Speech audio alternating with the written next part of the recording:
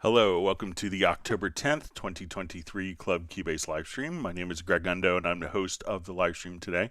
If you have questions, and how a livestream works is you could ask questions either in the live chat field, or you can simply ask questions by sending an email to clubcubase@steinberg.de. When asking questions, if you could specify which level of Cubase you're running, whether it's Cubase LE, AI, Elements, Artist, or Pro, which operating system, if you're running Mac or PC, and which Cubase version number, such as 11 or 12. That information is often helpful.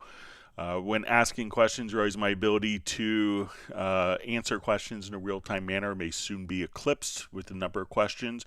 And if we could avoid asking the same questions repeatedly, that would just kind of speed up the whole process so we could get through more questions.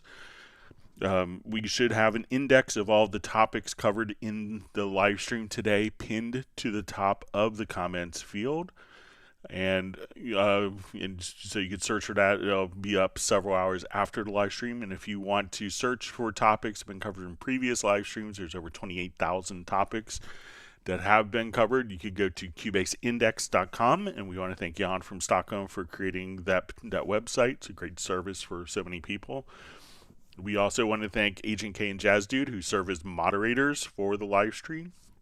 And to Jazz Dude, we'll give him a special extra thanks for his work with the Cubase Nation Discord. So once again, my name is Greg Undo. I work for Yamaha Corporation of America. I primarily focus on Steinberg products, and I'm the host of the live stream. I'm presenting from Alexandria, Virginia, just outside Washington, D.C. area in the United States. And if you're watching this live, or even if you're watching it afterwards, please feel free to introduce yourself and tell us where you're from. So with that, we will begin. All right, so we see first question. Let me just pop out my chat on my display monitor.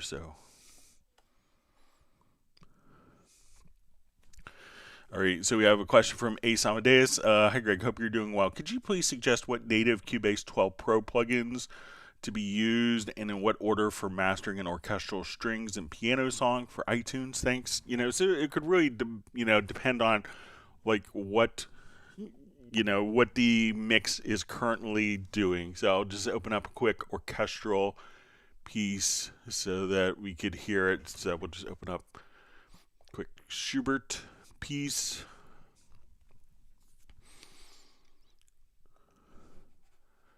All right, so as we play this, let me just make it so that the levels aren't so bad here. All right, sorry.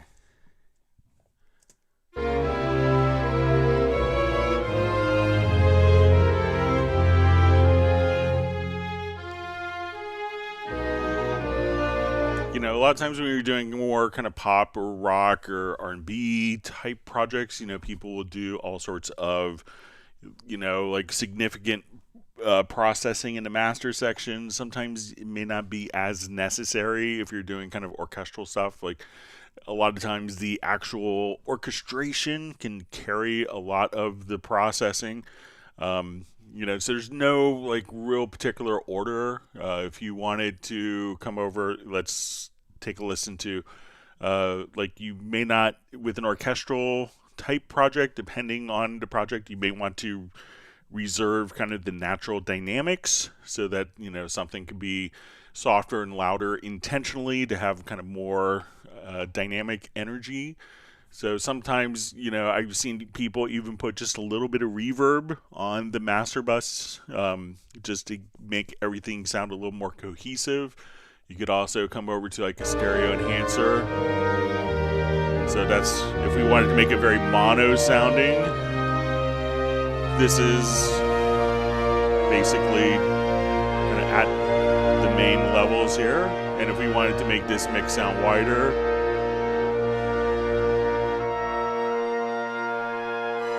so you go from kind of a very narrow sound field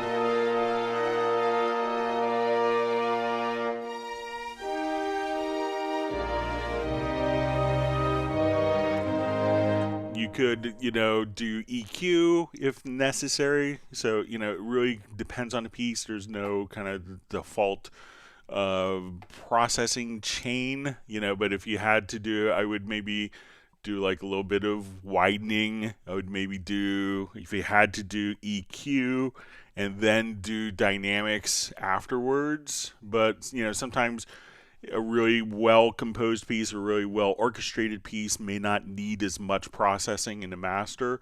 It's kind of actually being done in the particular orchestration and the natural dynamics that are going on. But, I would maybe, try to make it a little wider, maybe do some subtractive EQ if necessary, using something like frequency, and then like a maximizer, but I'd be gentle on that as to, depending musically on what's going on, if you wanted to, retain kind of the original dynamics of the piece.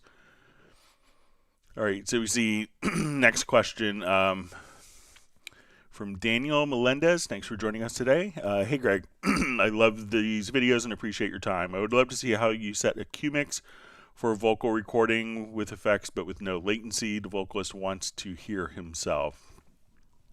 So sometimes you may, as you're doing kind of for a cue mix, so let's take an example. Just find something with vocals in it. I'll open this up.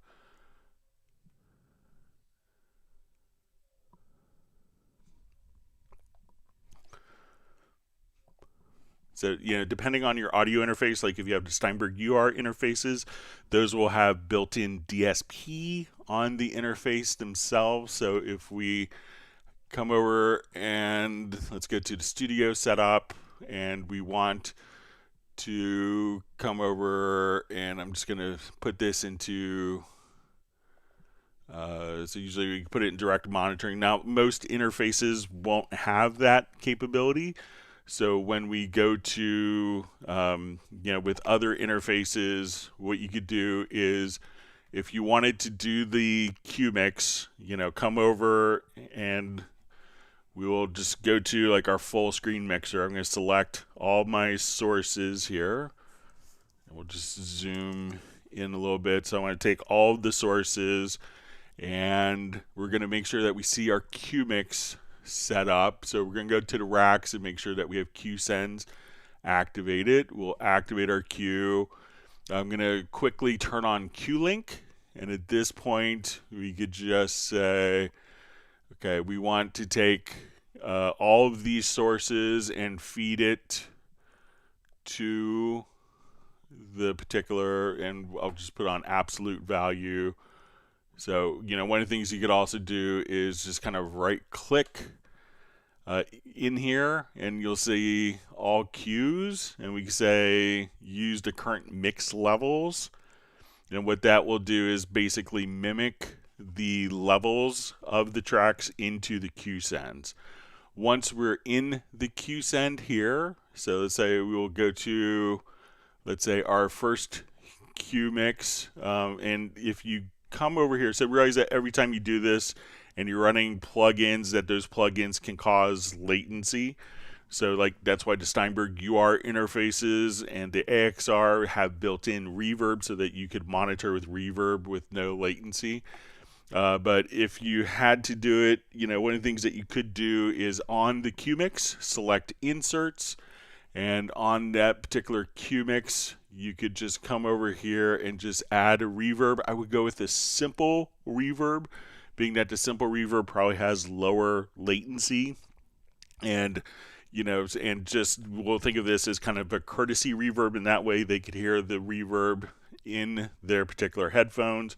And you could also just send the reverb in the track. Another thing you could do is just send that reverb to the headphone mix as well. So if we wanted to take, I'll just take this off, that plugin. So if we're listening to this, so I have just a reverb that's on the track itself, and we can send that reverb.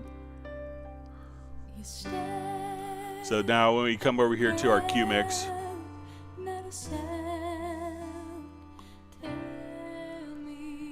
we can now send that reverb to the cue mix for the vocalist to listen to as well. So give those suggestions a try.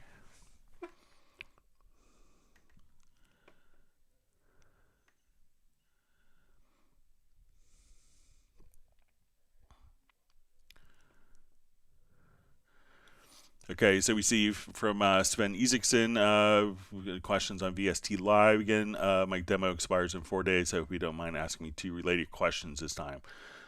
So question 1, when exporting a song project from VST Live, I only get a media project file, no audio files.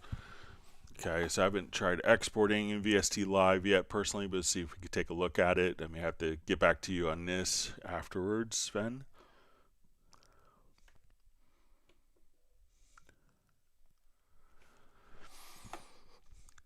Okay, so I'll import one of those ones.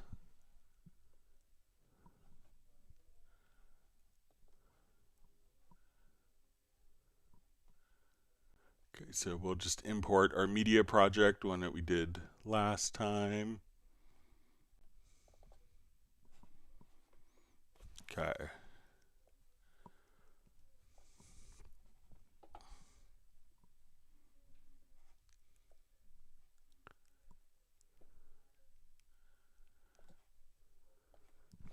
Okay, so you see when exporting a song project from VST Live, I only get a media project. So I think the media project is just going to reference where the audio files are. So let's come over here. We'll export the media project. All right. And I'll put this on my desktop.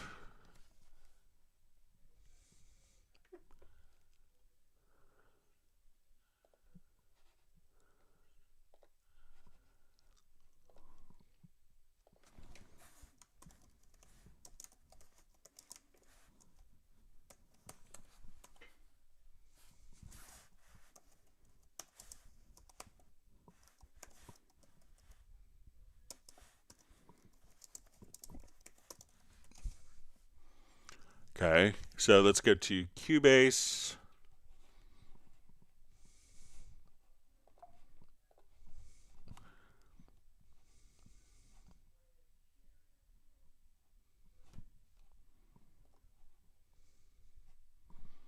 So we'll import, we'll go to our VST Live and import the media project. Go to our desktop.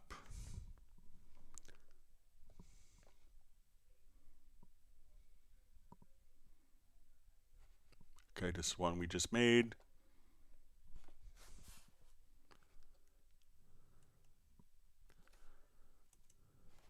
Try that one more time. So I think it's just going to reference where the audio files are. I'll try it one more time here real quick. It may not be a actual content of the audio files, but more, referencing the location of the files.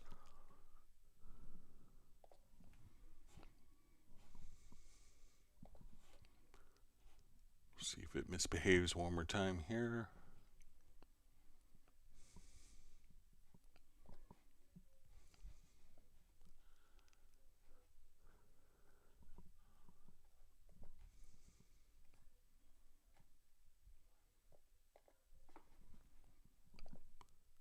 Yep, it doesn't like it, but I think it's just going to reference the files instead of moving the files over with that.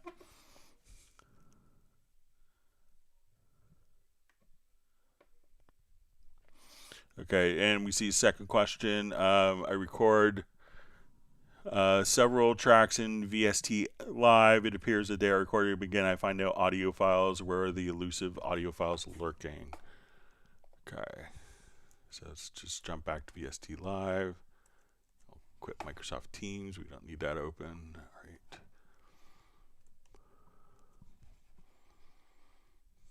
Okay, So I think that let's do a new project.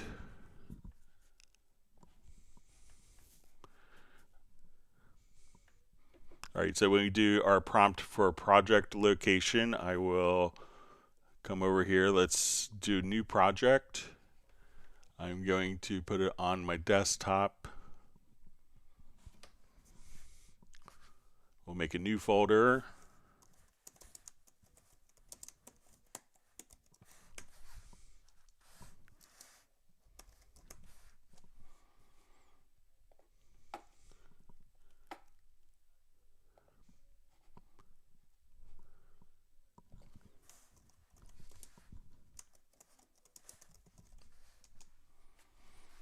Okay, so we'll add an audio track here.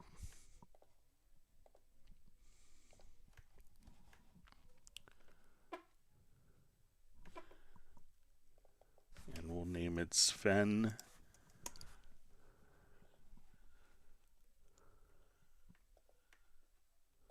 All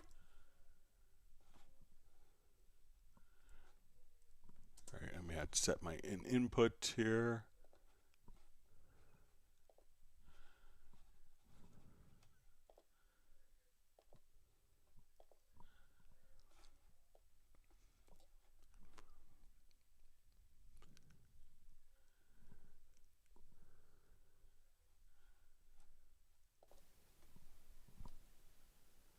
Okay. All right, so we recorded that track. Let's go look at our Finder. And we'll go to our desktop.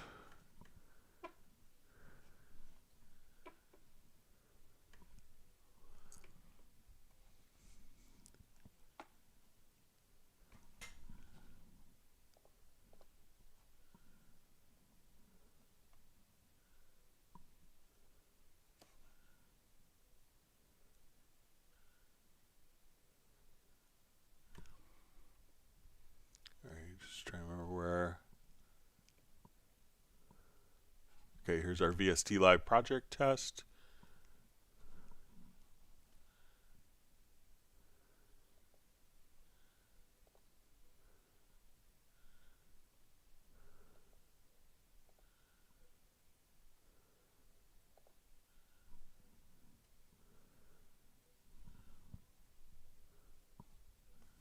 All right, I'm going to try recording one more time.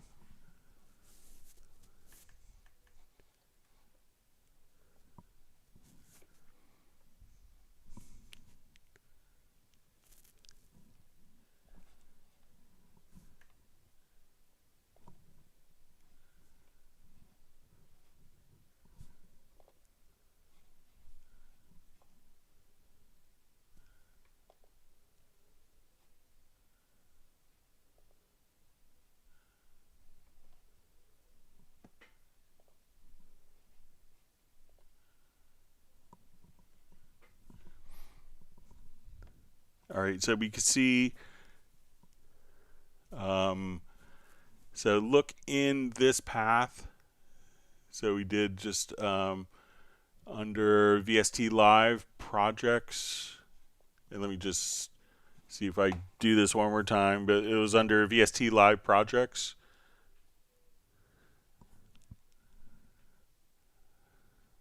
So again, I'll just come here.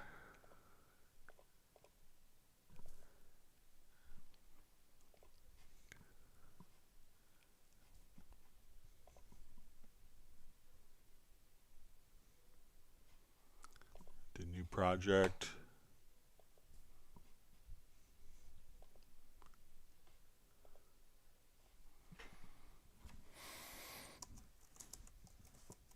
But it looks like it gets saved into documents, VST Live. I'll try this one more time.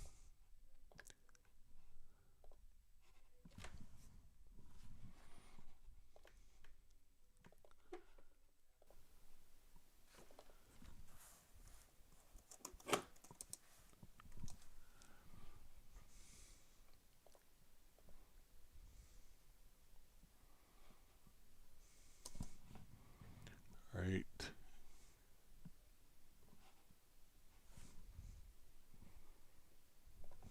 I'll just save.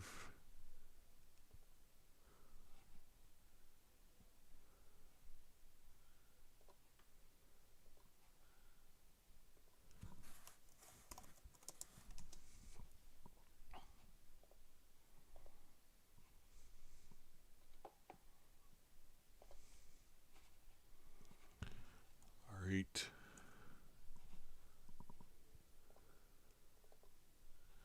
So it looks like if it goes into by default documents, and then we see VST Live, projects, and it looks like it may just go into our VST Live test, and then into the audio gig, and then you can see the audio files there. So that looks like the default location. All right. Great to see Michael Marshall from Somerset, UK.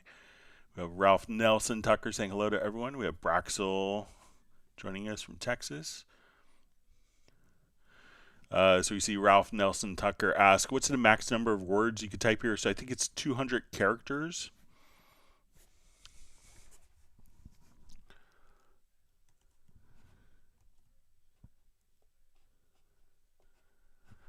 All right, and we see just kind of next question. Okay,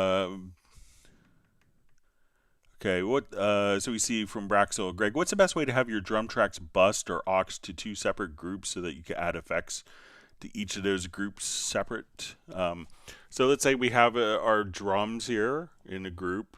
So what I would do is to select all the tracks. You don't have to use groups necessarily. I'm just going to shut off one preference here. So I'm going to select all these, and then we're going to right click in the track area and just say let's add an effects channel to selected tracks. So I want a reverb. So that's done all of the routing for us, and then I could select all the tracks one more time, and let's add, let's say, a flanger. We'll just come over here. So we'll choose under modulation, flange. Let's just do flanger. Okay, so now when we take these tracks, we'll go to our sends, and we could just control kind of all of the sends accordingly. So let's say I have these selected, I could put on Q-Link, and now we could just come over. So if I want them all to be kind of the same amount, I can turn off Quick Link and say, okay, I want more reverb on the snare top. And let's say the kicks, I want the flanger.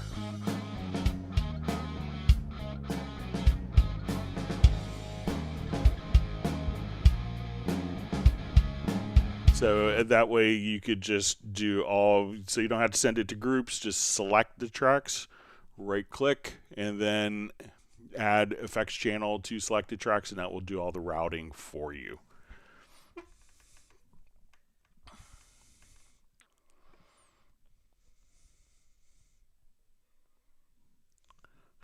All right, and we see Braxel says in my example, I want one to have compression, the other to have tape saturation. Okay, so if you wanted to send it to two groups, let's say not kind of, just revert this. So all you'd have to do is kind of a very similar concept, is we could send all these.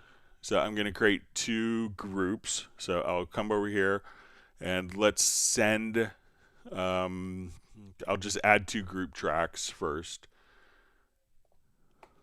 So let's say we want to do stereo, and I'm just going to call this compression.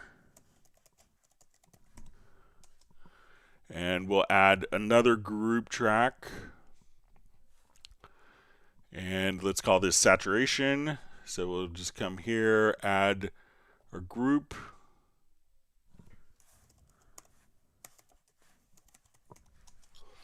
Now at this point we could go to our effect sends. Again, we'll select all of our drum tracks, and I'm going to just enable Q-Link. Where you hold down Alt or Option plus Shift, and I'm going to send it to the compression group.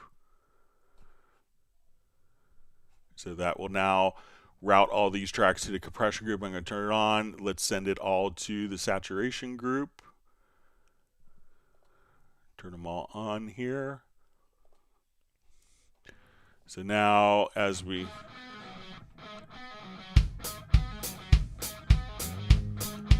go to our mixer, we can see our compression track here. So let's say on this I want to put like a vintage compressor,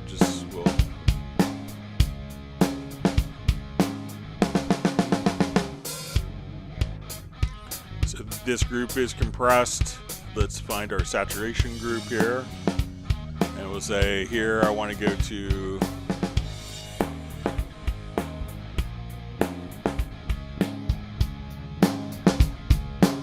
so now all the tracks could feed to saturation, all the drums could feed into your compression track, and if you want those kind of right next to each other, you could just drag them like so, and at this point you could send both sources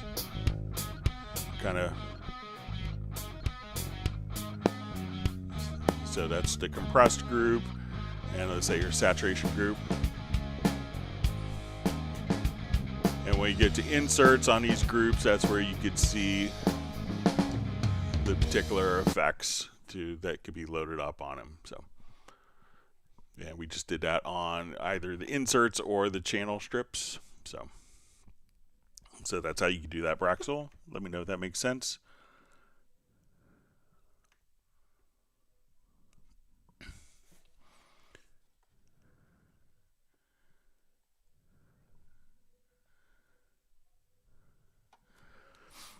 All right, so we have a question from Ralph Nelson Tucker. Hi, Greg. Greetings from Rutland, UK. In a MIDI remote mapping assistance, function browser, mix console, mixer, bank, zone, setup, actions. I get a list of missings. Where have my options gone? All right, so let's take a look.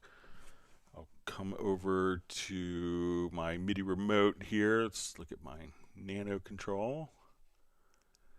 All right, so let's say, I'll just put this on my untitled page. Okay, so say our mix console, let me just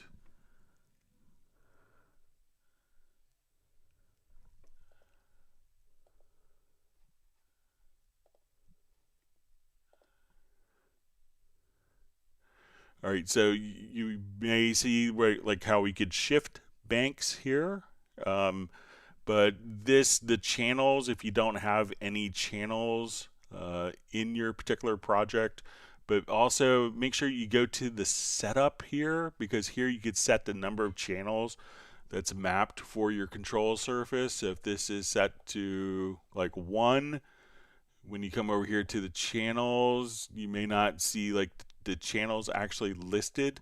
So when you go to the setup, make sure that this number is kind of matching the number of faders that you have in your system.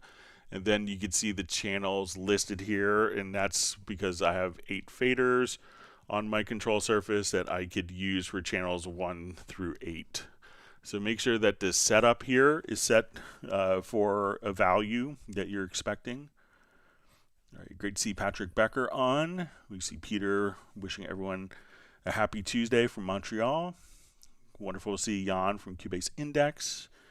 Always great to see Uno Memento from Finland. We have Blaine Wilkinson on. Dallas LaRue from Las Vegas. Thomas from Norway. Great to have all of you back. All right, and we have Vorname from Hungary, or Vorname from Hungary, and Boy from Mars 68 checking in from Greece, and Soren from Sweden.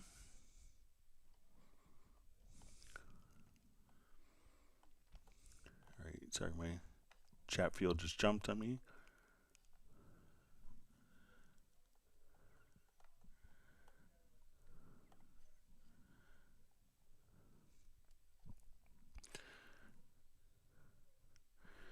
right, so we see that Soren will be releasing a new album November 3rd. Congratulations.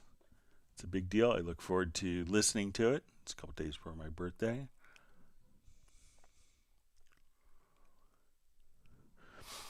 All right, Ecstasy Tune says, "Hi Greg, how can I set up my Android tablet as a MIDI remote like Hans Zimmer and Junkie XL? Thank you." Yes, I don't think that they're using Android tablets, but just more of touch screens.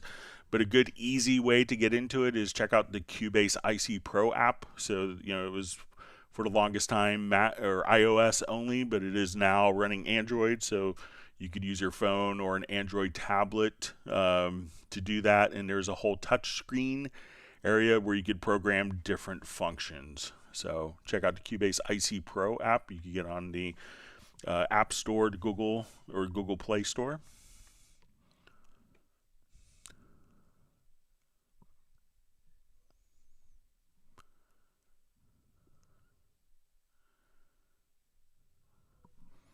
See, Thomas just says, "I Googled Greg Undo and found an in-depth mixing video on another channel. Greg went super hard and it was an amazing watch."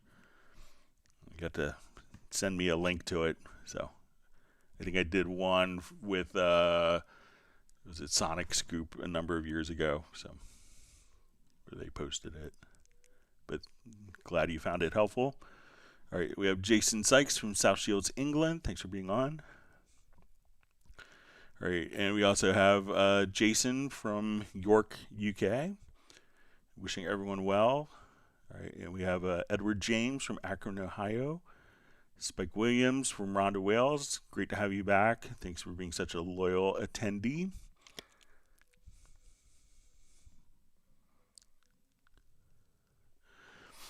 All right, so we see Thomas asks, "I had my first vocal recording session. It went very bad. I have little experience. How to manage what the rapper is hearing in their headphones? Type turn up just a beat or just my vocals." So that's when, depending on your audio interface, if you have a secondary output, you could have one output that's going into your speakers, and then just like we had talked about earlier, I'll just revert this quickly.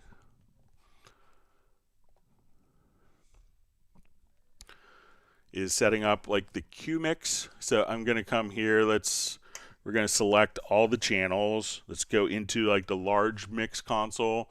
And you want to make sure that we go to the studio setup and go to your audio connections, and we'll see our control room. So make sure that control room is active. You want to make sure that we have like monitors. Right click to add a monitor, and then you could have like these monitors are intended for your speaker. Once you have that done, go to your outputs and have a stereo out, but choose it to not be connected. We also want to create a Q mix. So we'll add a Q. We have two available, so we'll just call this vocals.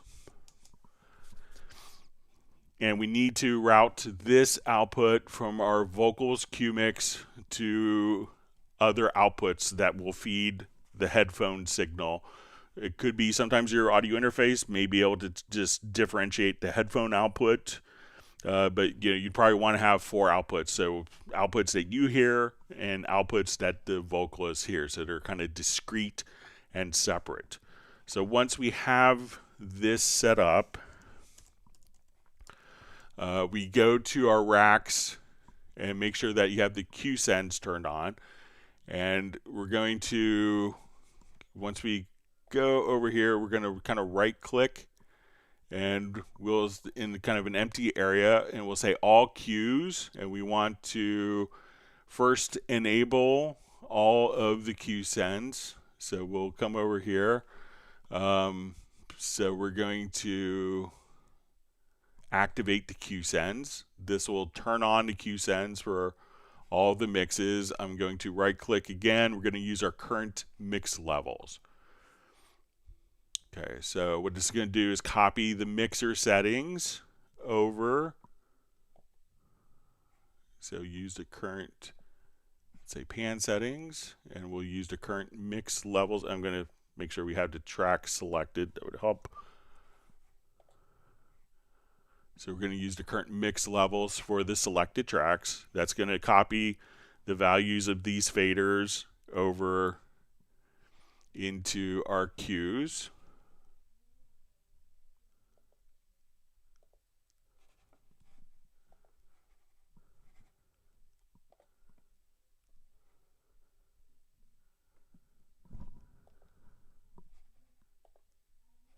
Make sure this is on.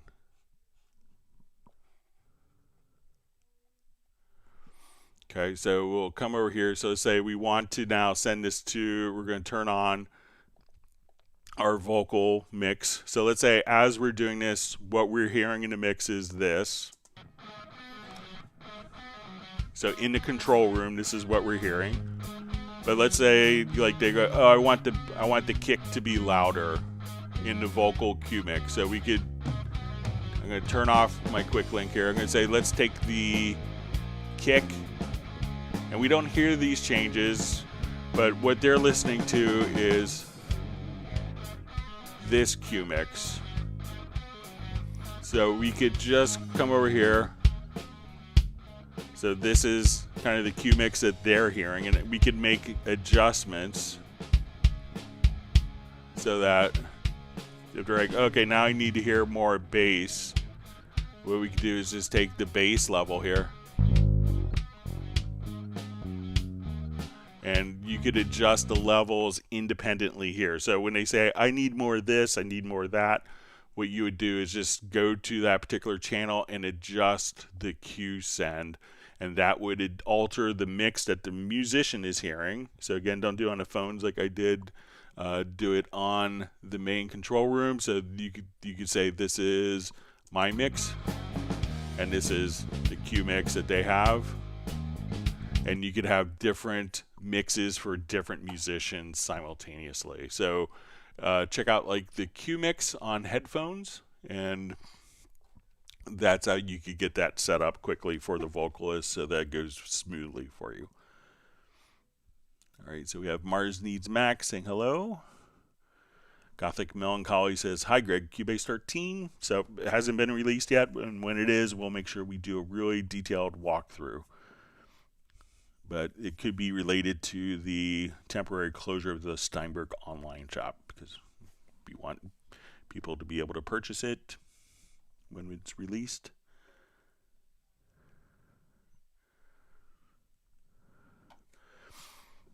All right, so we see Sticks to Live 4 asks, hi Greg, I'm using Cubase 12 Pro with a third-party VST plugin for drums, and it's a CPU-heavy plugin. I'm wondering if there's a way to lower the usage in Cubase 12 while playing my electric kit. So one of the things that you could do, and depending on the kit itself, but most of them would have something similar to, if we open up like a Groove Agent SE kit, you could have, one of the things is if you have super low buffers on your system, try to select your audio interface, go to the control panel, and see what happens if you raise the buffer. Some people immediately go for the lowest buffer, and that's going to make your computer work really hard, and it could give you kind of adverse effects, and it could be the difference between 10 milliseconds versus 12 milliseconds of latency, something like that. So the latency change may be negligible, but that could give you a lot more headroom in your computer to work with. So, try raising the buffers up. And sometimes I know with drums that the latency could be critical. But also within the particular plugin, you could choose maybe there's usually a balance of how much of the drum samples are kind of loaded in memory. Some plugins may load everything into memory. Some may load the initial attacks into memory, and the rest is streamed from the disk. If that's the case, if it's a streaming, then at that point you could adjust the balance between disk and RAM as to how much is being loaded into RAM versus disk. So you could play around with those settings as well if your third-party drum tool offers those things. So I would try the buffer size first and then see if you could adjust.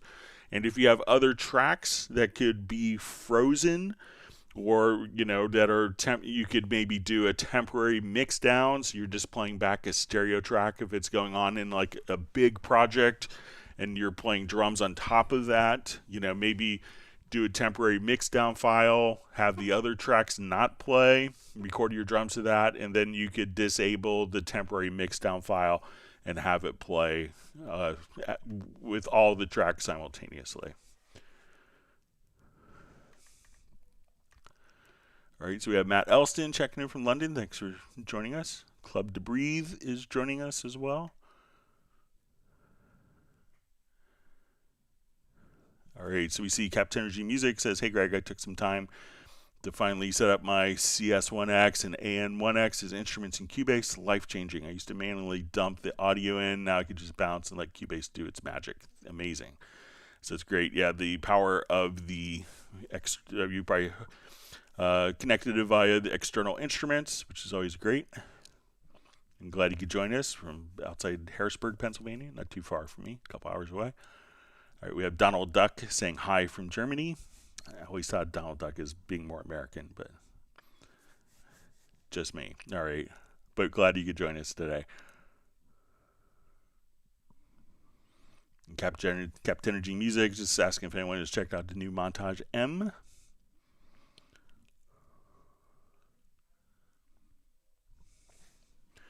All right, so we see Danny B saying hi. Thanks for joining us. So we have Nick from Essex in the UK. And he says he hopes that everyone is enjoying life and pressing the like button. All right.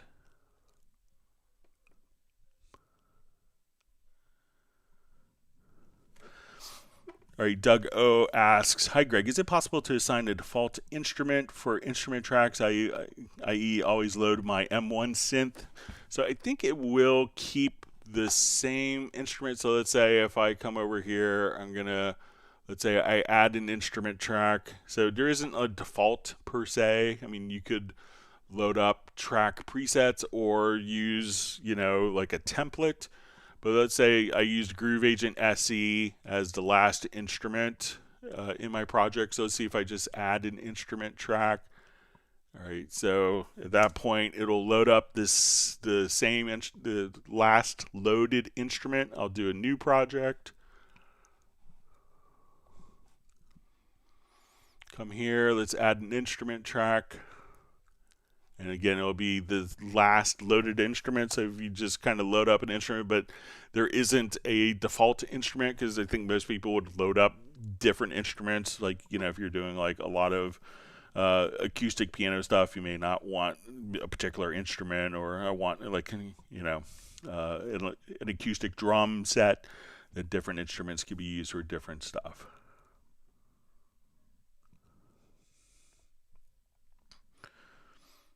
All right, so we see RM asks, "Is there a shortcut for a particular horizontal zoom in MIDI editor, Cubase 12 Pro?" So I think it's just H. So let me just go to different project here.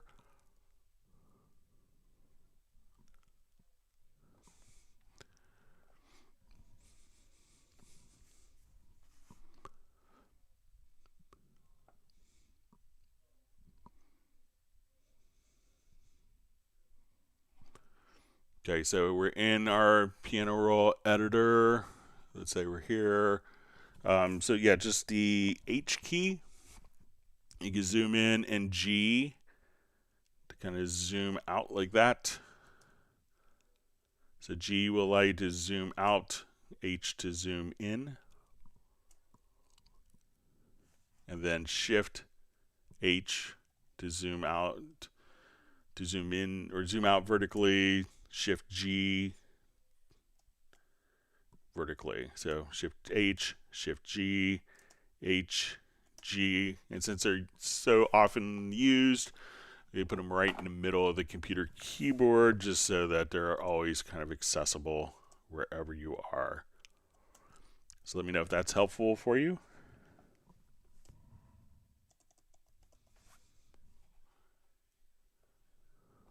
All right.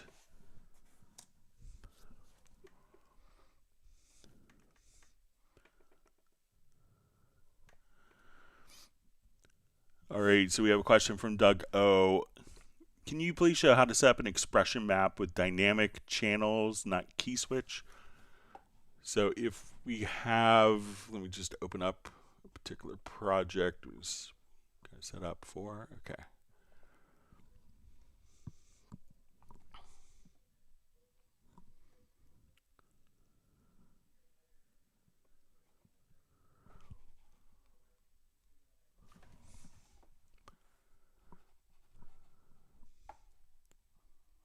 Okay, so look at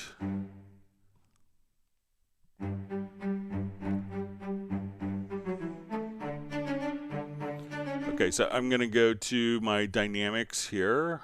So we'll just click, instead of our velocity, we'll choose articulations and dynamics.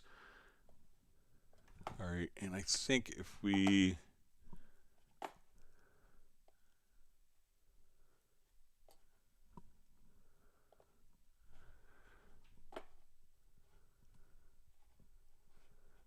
So I think when we come over, let me just see where it's set up. I just did a tutorial video on this recently, so I should know.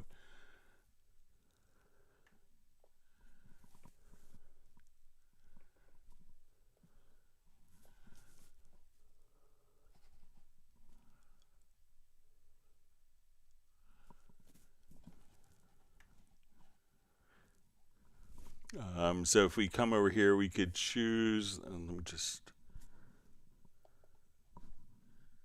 see if it's okay. So we see just this little drop-down menu. We'll see Setup Dynamics Mapping.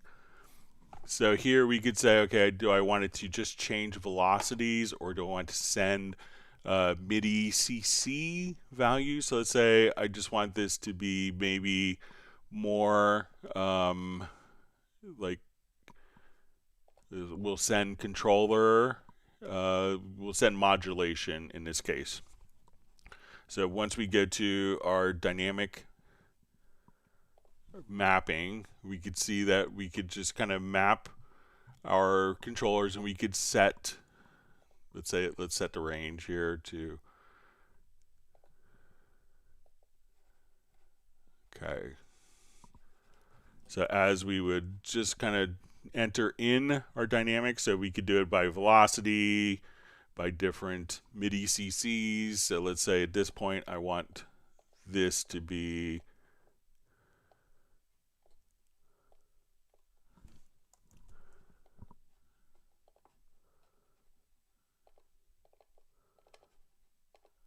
go back and watch my own video. Okay, so I'm just going to use a mouse scroll wheel. So let's say as we do this, we'll go to fortissimo, and then after a couple of bars, I just want this to go to piano, back to mezzo forte. So I think this instrument will respond to.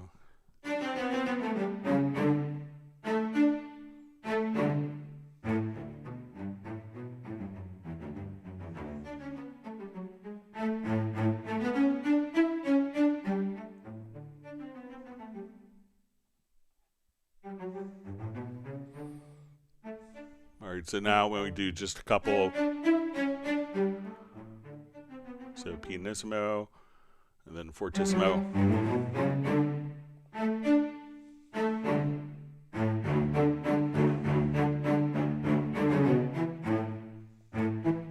So this way you could just kind of change. Then we get here, it'll be fortissimo.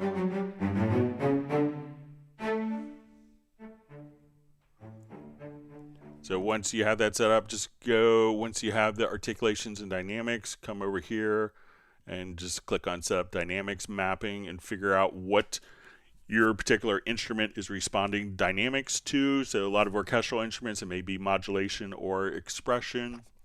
Could be just MIDI CC7, or it could be velocity based. So you could do it from either one of those settings, and once you have that done, you could just kind of change the dynamics in more of kind of a musical, traditional musical manner.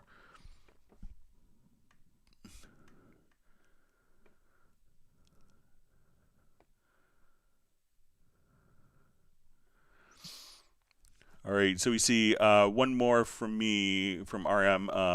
What is the best way to compare two parts and display, highlight the differences? So I'm not sure if it's like two MIDI parts or two audio parts or two mixer parts, but we'll take a look at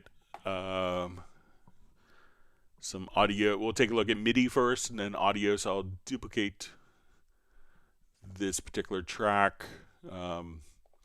And let's say some of these notes I want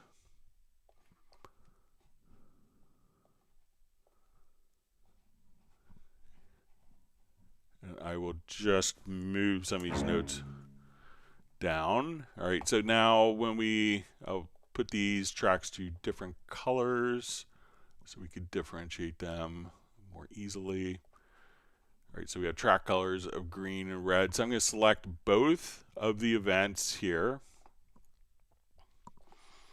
And when we go into our editor, and now we'll come over, we could see both parts kind of against each other, and we could separate these. We could colorize by parts so that we could see blue, we have green, and then we can see when we select different pitches here that we could, let me just change the part color so it's more obvious here as well. Make this red. All right. Oh, sorry.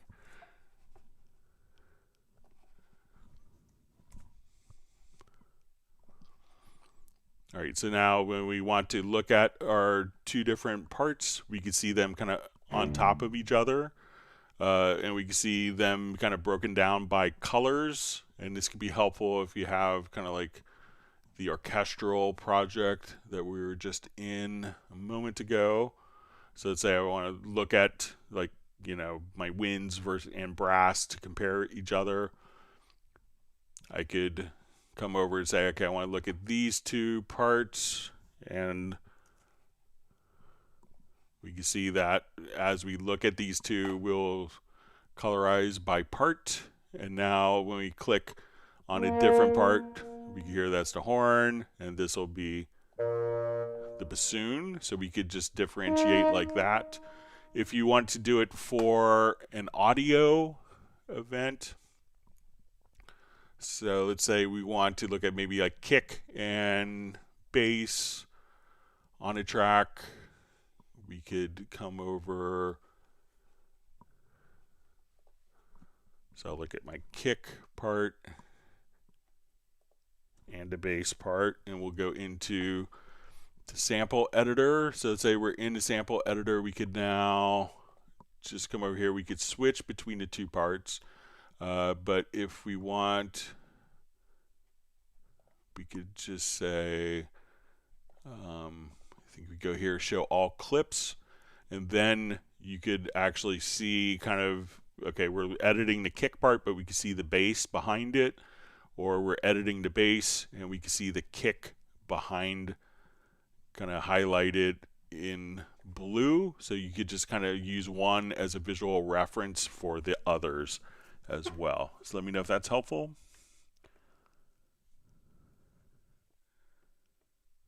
All right, so we have Value checking in from Vienna, Austria. Thanks for joining us. All right, and we have Arnaud checking in from France. Thanks for being on.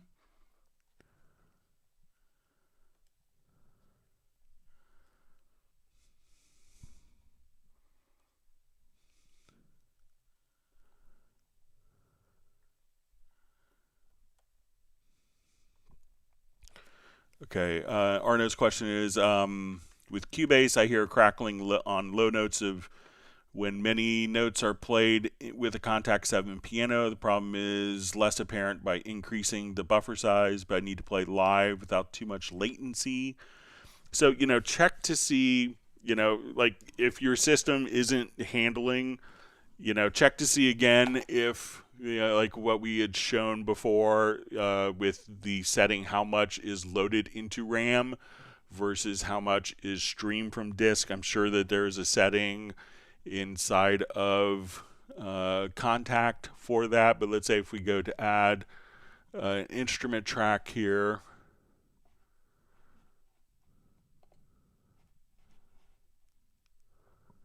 and let's load up just a quick contact, or I don't have a contact license, but I'll just show you in Halion 7. So we go to, let's say, single instrument, but you will probably have something like the options page where you could set how much is streamed from disk versus RAM. So if you're just doing kind of like a piano for live performance, maybe load more into RAM, and that could also work as, to help issues with that. If you have other tracks that are in the project, that could be frozen, that could free up system resources, but try allocating like more of the samples to load from RAM. Sometimes those can err on the side of, and if if there's particular pitches that you're not happy with, I'm sure that in Halion we have kind of like a RAM disk where you could just say these samples aren't used in the project, don't load those into RAM. I'm sure there's kind of like a purge samples function. It may not work if you're doing it live, but those are some different options you could do. But a lot of it could be just kind of imposed by the instrument that you're dealing with.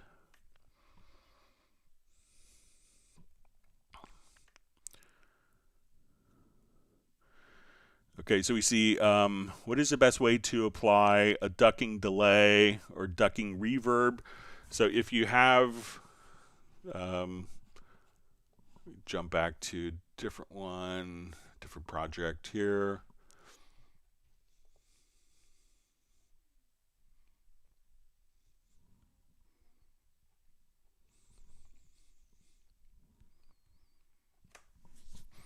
All right, so let's say we want to do just a Not a sound, tell me why something's wrong. All right, so I think there's a couple different ways you could do this. So one is just to kind of feed a sidechain into it.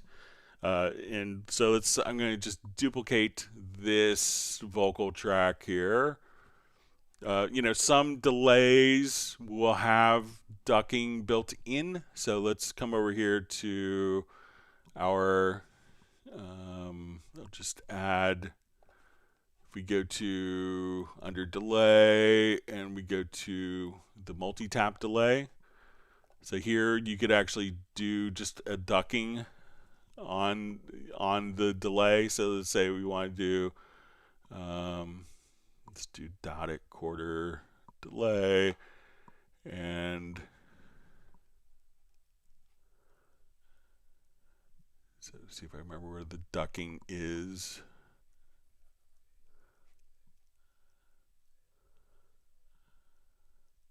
Okay, so we could just set your ducker here. So let's say we have just our delay. We can't go on living a lie. All right, so let's just. How can I feel you? How can I see you when you're running hide? All right. From the light, be someone tonight. So you could do kind of ducking right there, but let's say if we want to do for like the reverb that we have, okay, come over here. Let's just do the. At the ground, not a sound. Tell me why something's wrong. We can't go on living a lie. So now we come over here. How can I feel you? How can I see you when you're running hide from the someone tonight. So this way you could just have it duck, and when the vocalist comes in. So afraid to smile. You think that But now if we want to do another method is we could take like our duplicated track and let's feed it. I usually get this backwards, but I'm going to set this to no output. Okay. And where we have our, let's say our reverb, change my I'll make this reverb I can't forget when we first met. like a really long. In your eyes. All right, so this should be. How can I feel? All right, and what we want to do, I'm going to move that to the second slot, and let's put a just a compressor, and I want to activate the side chain on the compressor.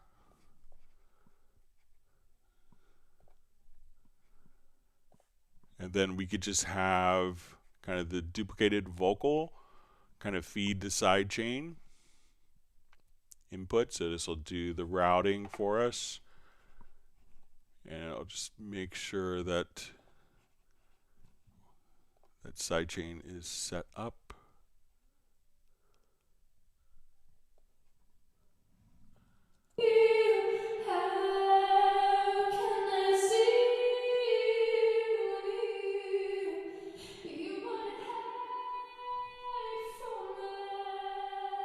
And let me just make sure, let's see if I swap the order. So I'll have the compressor after the reverb.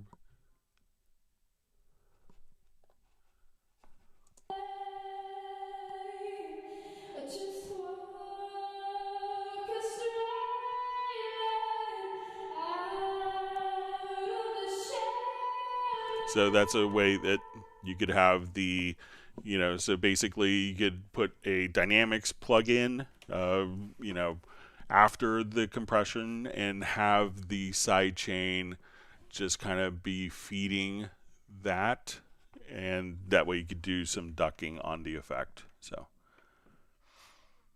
all right, great to see Razel from Denmark.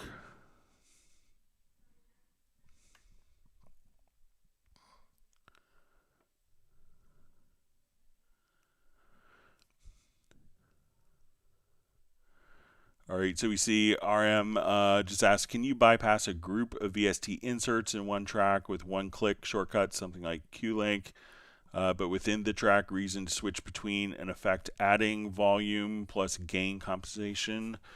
So I think, you know, let's come over, I'll just add a quick audio track, and I'll just drag a track preset over.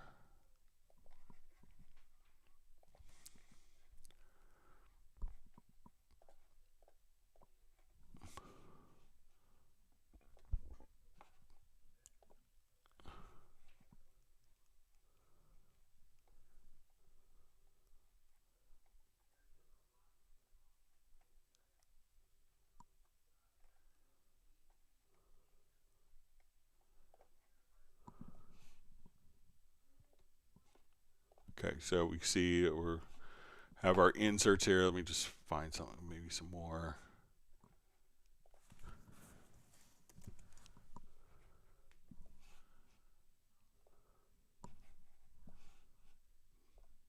Okay. So, you know, we could come over and, you know, bypass all the plugins like this, but I don't know a way to come over and choose to bypass, you know, if you wanted to link, but let's say if we wanted to do it maybe with our remote control, I could probably, let's see if we could mute or turn off or bypass inserts. We may have to do each of these from different remote control functions. So if we wanted to, let's get to our MIDI remote. And we'll say, let's go to our selected channel here.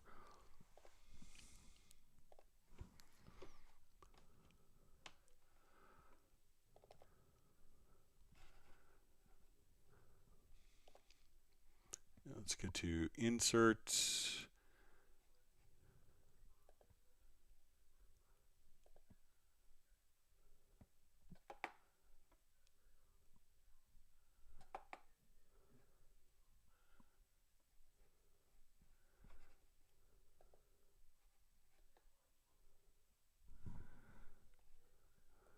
All right, we may have to go under,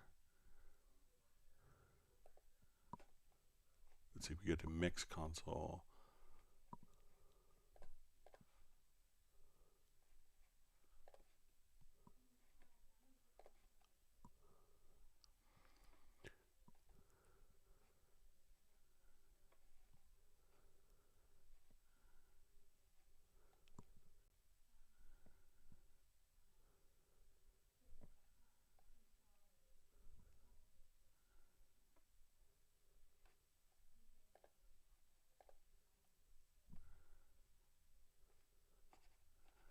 All right, we'll try going back here. Let's say,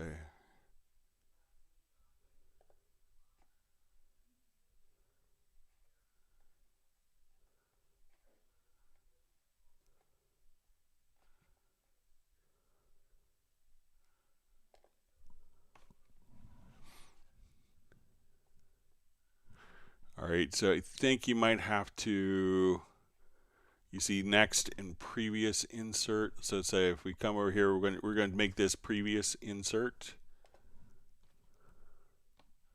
Or I'll make this button next insert effect. And then I want to have the second button be the bypass. So this isn't necessarily probably what you want to do, but if we come over, say, let's bypass the plugin.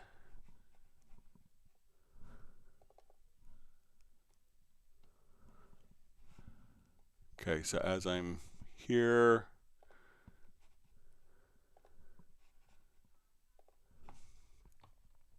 so I could hit, like, go to the next.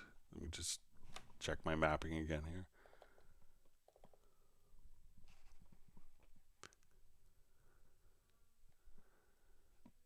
So select a track, insert channel strip effects, inserts, so we'll say next insert effect.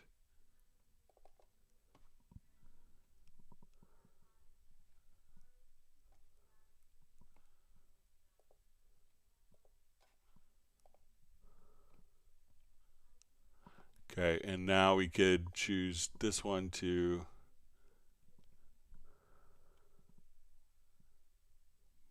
choose this to bypass. So once I'm here, we could just say, close this. That I could take this, let's go to our next plugin, next, and then bypass. But I don't know a way to kind of set up, we could do it for everything, going across different channels, but not necessarily that I know of a way quickly to bypass inserts. I'll take a quick look. I don't think we could do it in the Project Logical Editor, but we'll take a quick look to see.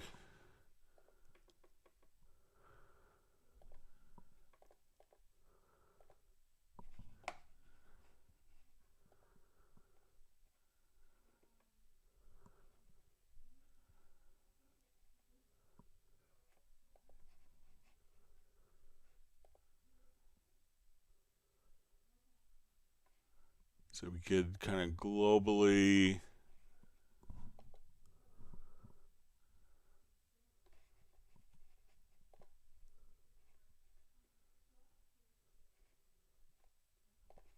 don't think we can differentiate between the different effects.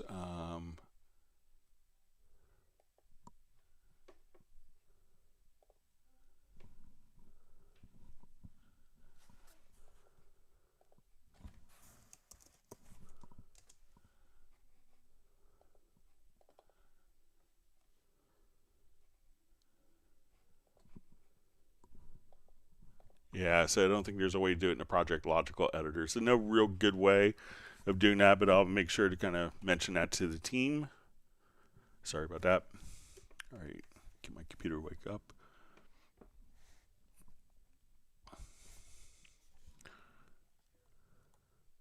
All right, so we have John in Wales joining us.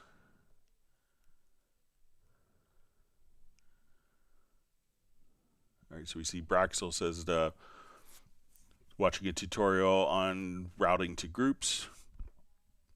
Yeah. All right. Always wonderful to see Mark Rabin on. I'm glad that he made it back to Montana. Hope you had a great time in New Mexico.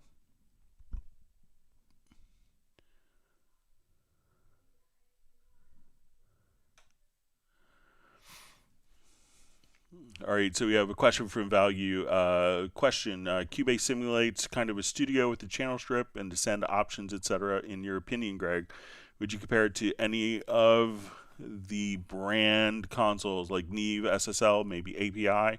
So I think it's, obviously it's a lot more flexible than the processing that you would get on any process on any of the consoles. So when you're doing a Neve, you have a Neve flavor. When you're doing an SSL, you have an SSL flavor. An API is going to have an API flavor to it. So, you don't necessarily get an SSL flavor on an API console or, Neve sound on an API console. So maybe the more accurate question would be, if those consoles can emulate all the options that are available in Cubase. So it's not specifically modeled on particular consoles. I think a lot of that is could be more marketing based than actual reality of processing. So I wouldn't, I think that the processing can stand with any console, and has a lot more flexibility, and especially with routing and different options that are available. So. And then most people that would use those consoles tend to use outboard gear a lot because they want different flavors to work with.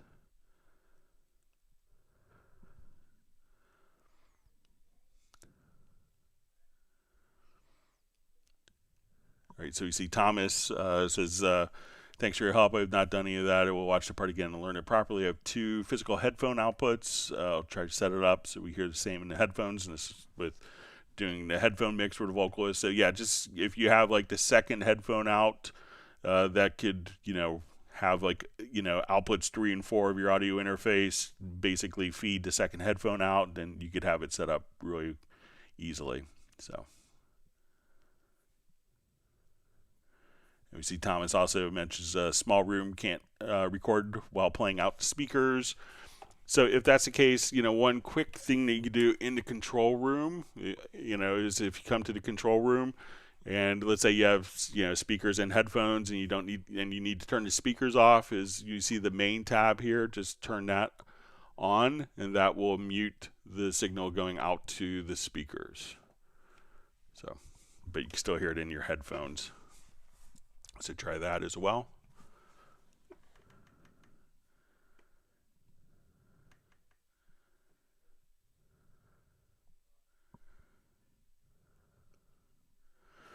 Okay, so we have a question from RM. I have a chord sequence and chord track. This sequence repeats. With each repetition, chords are playing higher pitches. How to keep the chords in the same pitch, and B, how to tell what pitch to play. All right, so let's just do a new project here. Or no, I think we could do it with.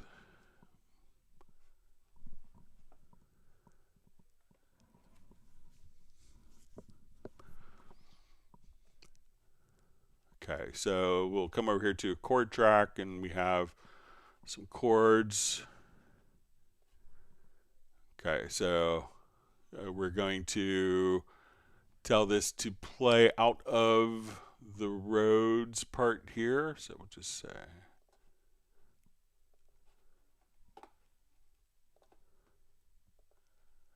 okay, so we'll monitor our Rhodes track.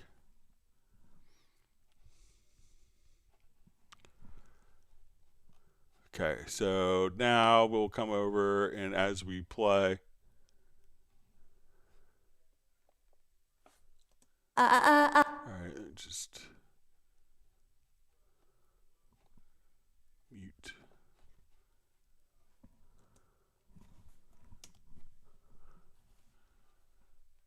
All right. All right, so we'll come over. So let's say we have a quick chord progression, and let me make sure it's in the chord track.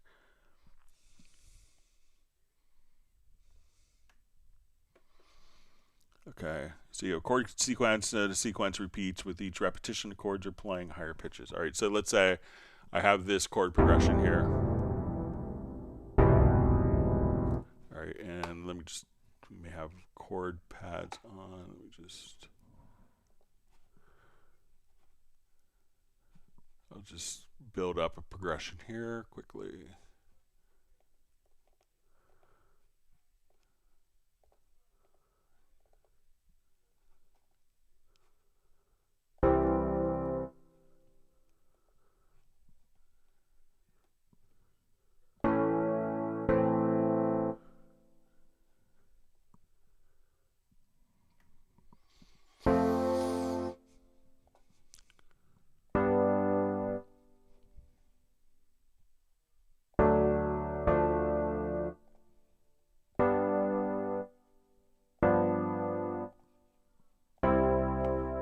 Okay, so we have our chord progression like that. So let's do, all right, let me just, something else just triggering that. So let me just,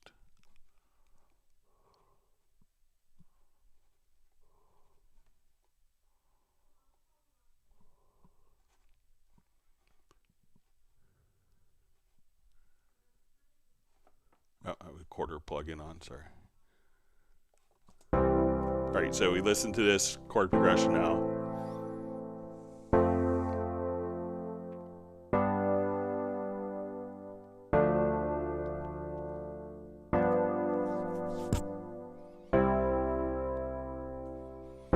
Okay, so I'm going to repeat this progression a couple times here. All right, so I'll select with the range tool and then Command D to duplicate. So take off, and we'll see if there's any.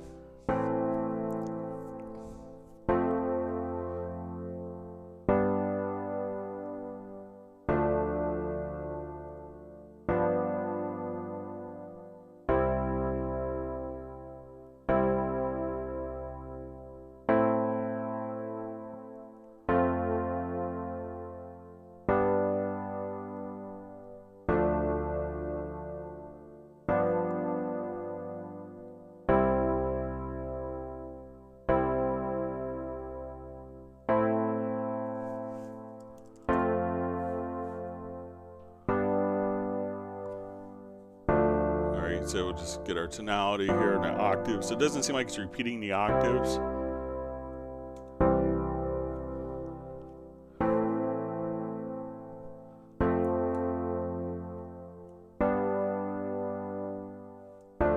So let's say we go here to the G chord.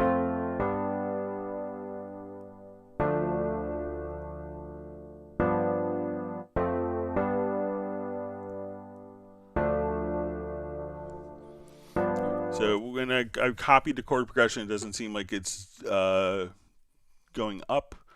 All right. All right. So, all right. So I'm just reading the question again. So sequence repeats with each repetition. The chords are playing higher pitches. How to keep the chords at the same pitch and how to tell which pitch to play. So I think if you go to the, so it seems like it's playing the same here, but when you go to the actual track, you could go to the chords here and you'll see, you know, what pitches.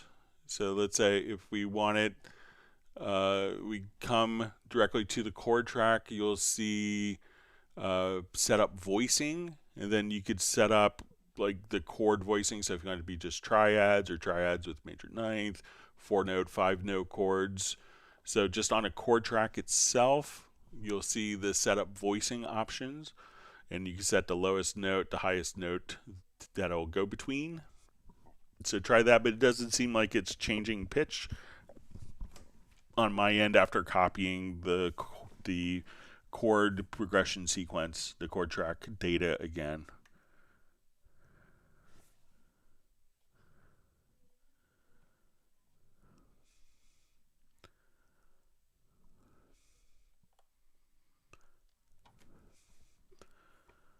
All right, so we see Noel says, did you teach Impulse, Novation, MIDI keyboard, AutoMap setup for Cubase 12? So I don't have a Novation controller with AutoMap, so I don't have one to teach with it, but you might be able to utilize the MIDI remote control. So we come over here, let's say there are some Novation keyboards that are supported.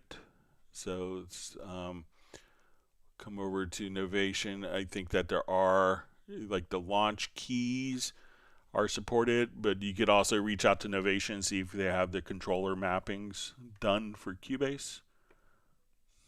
But I don't have the Impulse to show, unfortunately. If Novation wants to send me one, I'd be happy to do that.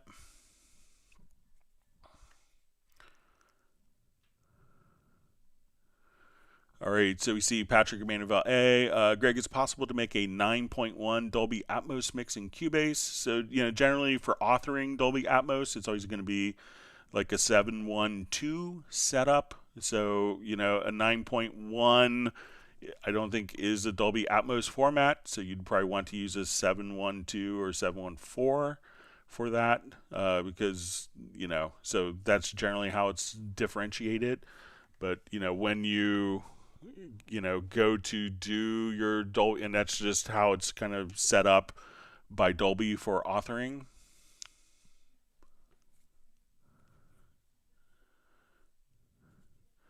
All right, so we see Jason Sykes just saying big shout out to Anthony, one man in his songs for his epic Hallion 7 series. So much work gone into it. Yeah, I think he does a wonderful job with all of his videos. So we'll give Anthony, if you haven't seen his YouTube channel, it's great. I use it as a reference as well. So he does a really wonderful job and great presenter and teacher. So we appreciate his support. All right, so we have Michael Pierce on. It's great to see you on. We have Massa Miliano from Italy. Thanks for joining us today.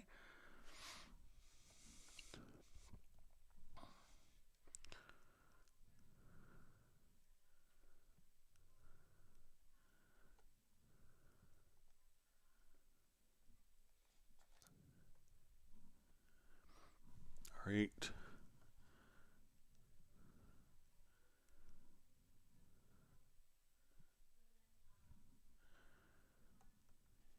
All right, so we just see. All right, I think. All right, so we see from Value says, thanks for the answer. It says, I really like the flexibility. Cubase is king. All right, and we see also in our comment from Value, maybe in regards to the Novation Impulse, that a lot of the controller mappings are on the Steinberg forum.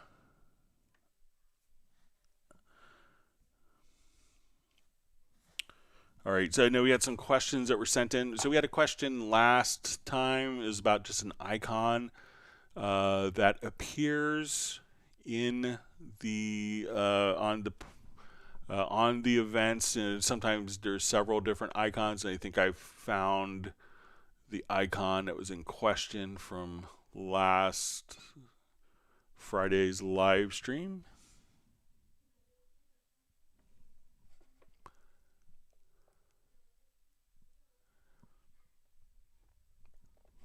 Okay, so the question was about the icon that appears, and he described it as kind of an acute angle pointing upward. So we see, and I think that this is the icon that was in question. So sometimes when we have events that are in certain states. We'll see an icon attached to the top.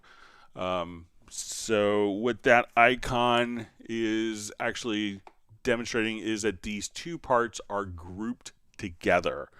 So when we hit Control or Command plus the letter G, we'll see that that icon appears, and now as I select one of the events, the other one will be kind of, stuck to it almost magnetically, so that when we move events, that they will be moved together.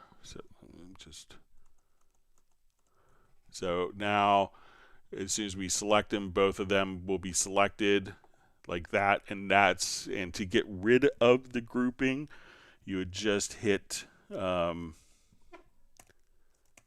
Control or Command U plus Control or Command G,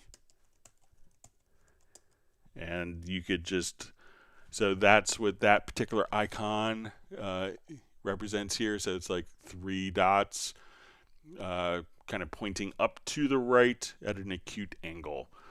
Another question we had mailed in was how to treat, from an arpeggio, how to treat the low notes as more mono based and the high notes as more stereo based. So let's take a look at how we could do this.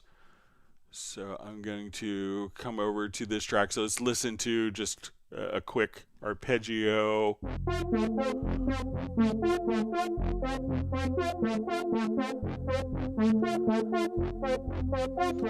So let's say we have high notes and low notes.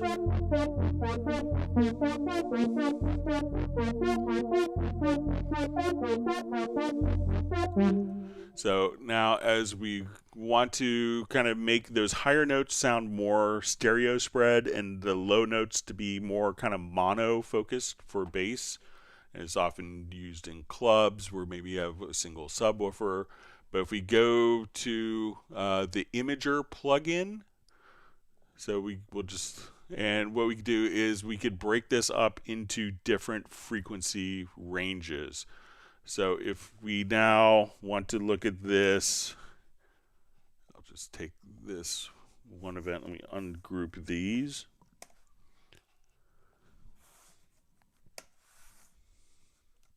We could choose to, so let's take our default keyboard position like this.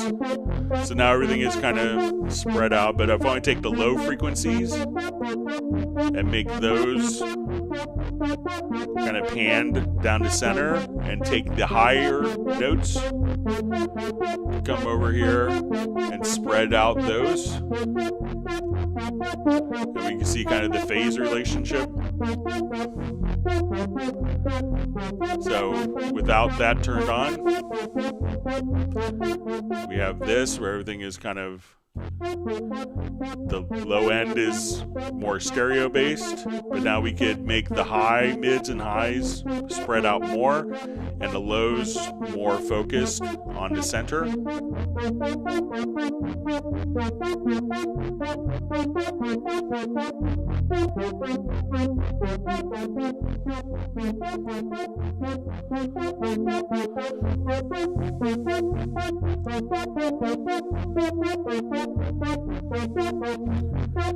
So again, and if we wanted to do kind of the opposite of that, we could make the high end more narrow and turn this on. Or again, just take different frequency ranges and spread out their stereo width.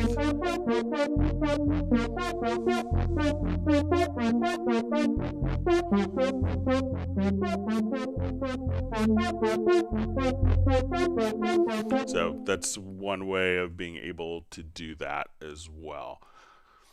All right, let's go back to live questions. All right.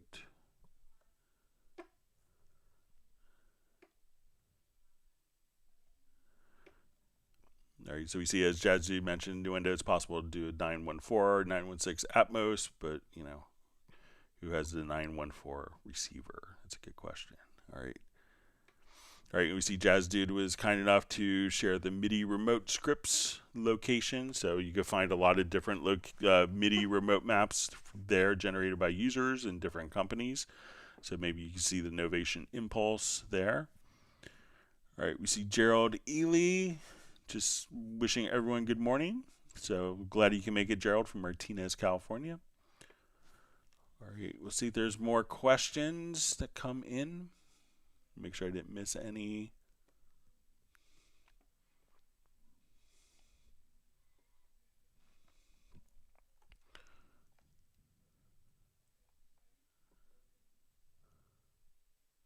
Everyone's getting good with their Cubase. All right.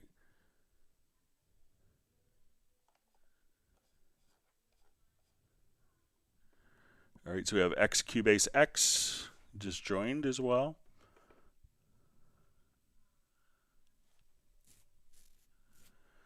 All right, Best Crean Jesus asks, how do I reinstall the FX modulator presets? Mine disappeared for some reason. So usually if we, make sure that when you come over, we could say, let's go to your media menu to Media Bay. And first make sure that when we come over, we want to go to the VST sound. Let's go to, make sure I have the right, the FX modulator. So we'll go to our FX modulator. Maybe under factory content, sorry.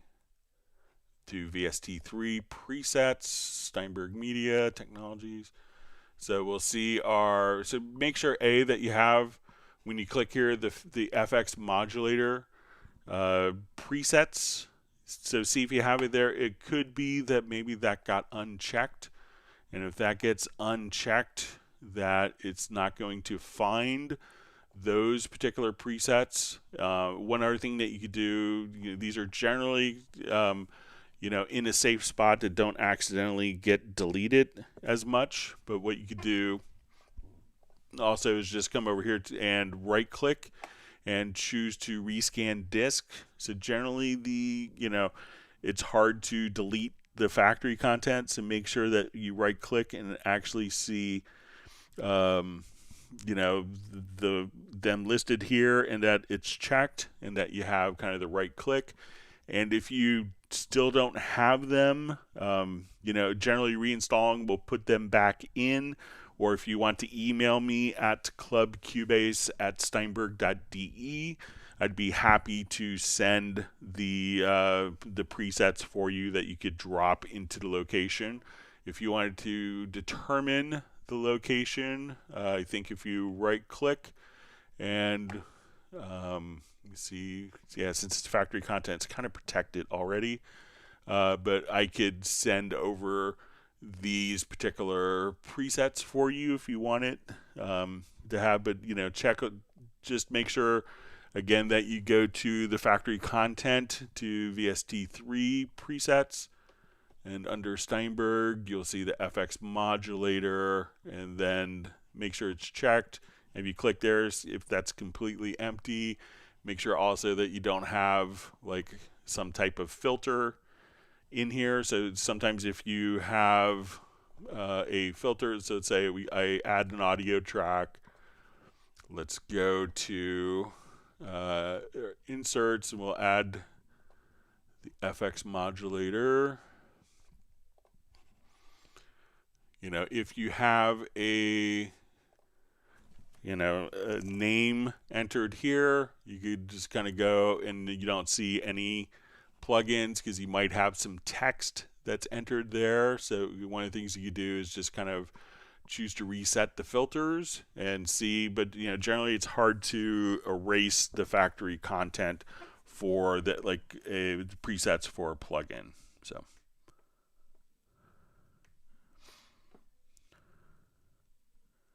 So we see Best Crean Jesus says other Steinberg plugins work fine. It's just FX modulator. So.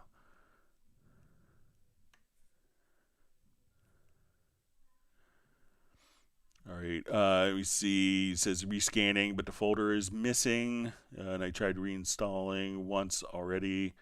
So something that you might want to also try to do, Best Screen Jesus, is to start the program and hold down Alt Control Shift or Command Option Shift while you start the program, and start it with the default factory settings, where you could basically bypass the preferences.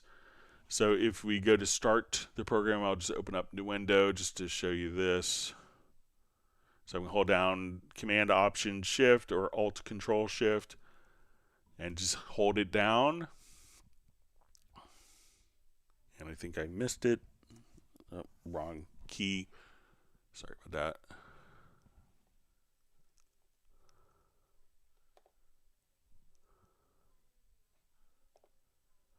All right, I'll get the right keys pressed down this time, but you can, like right after clicking on it, you'll get this window, and see if you choose to disable program preferences, if those show up. If not, email me at clubcubase@steinberg.de, and I'd be happy to kind of, I think I could dig up the presets and send them over to you.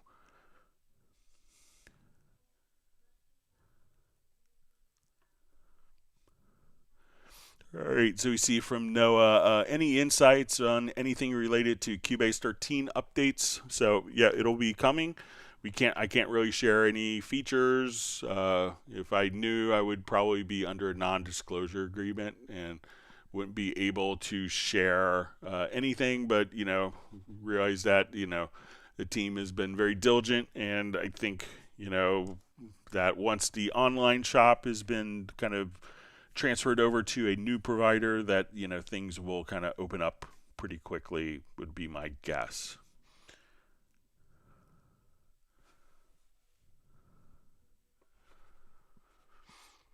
All right, so we see Paul Claridge.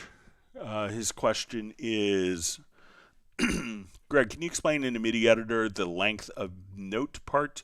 When I indicate the length in format 0.0.0, I'm not sure how to input, for example, a quarter note. Okay, so let's take a look at MIDI notes that we want to enter in here.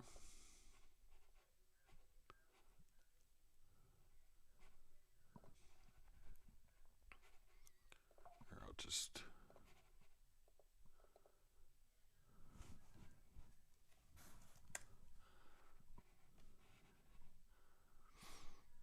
Okay, so we're going to put notes in here. So we can think of, when we see our note length there, that, all right, so we're going to look at this.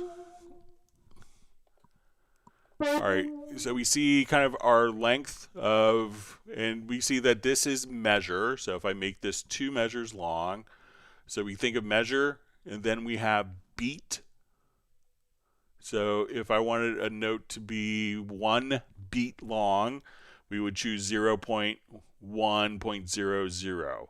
So if I want to be 2 beats long, 3 beats long, 4, 5, 6. So that's how you can determine a quarter note. The next note is showing the 16th note. So we can say we're going to have, let's say, 4 16th notes that within the beat. So we have, a beat, which is 4 divisions of the measure. So we have our measure. 4 divisions of that is the beat. And then we have 4 divisions of the beat, which is 16th notes. So if we have something that's 0.1.2, that's a dotted half note. This would be, a half note with a dotted eighth tied to it. So you could just kind of come over here and do that. And we see kind of the final number. We could have this as our division within the 16th note. So if we have our display, our MIDI display resolution for 480 PPQ, which I believe is default, we could have this note be our division within the 16th note. So we have 120 of those. So as soon as you get beyond 119, it goes down to 0. Now, if you want that to be if you're like, oh, 480 ppq seems really small. The MIDI is actually in sample resolution, but for people to kind of get a sense of what the timing is when we go to, we could change that to common sequencer values, but we could adjust the length in samples as well. So I think if we come over here and go to MIDI, we can see our MIDI display resolution. So we can have 120 ticks per 16th note, and we could change this value so that value is variable. So as you're working with that, just you realize that the second value here is measure, beat, 16th note division, and our division within the 16th note, and that could be variable. So if you wanted to draw in notes, you could just adjust the length here to make that read 0, 1, 0, 0, and that would give you the length, Paul. Great to see you on the live stream. Glad you can make it today.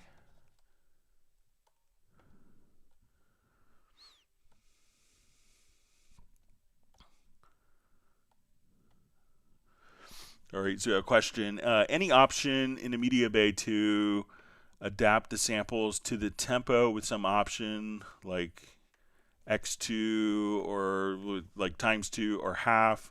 I know you can make it manually, but it's really missing in the media bay.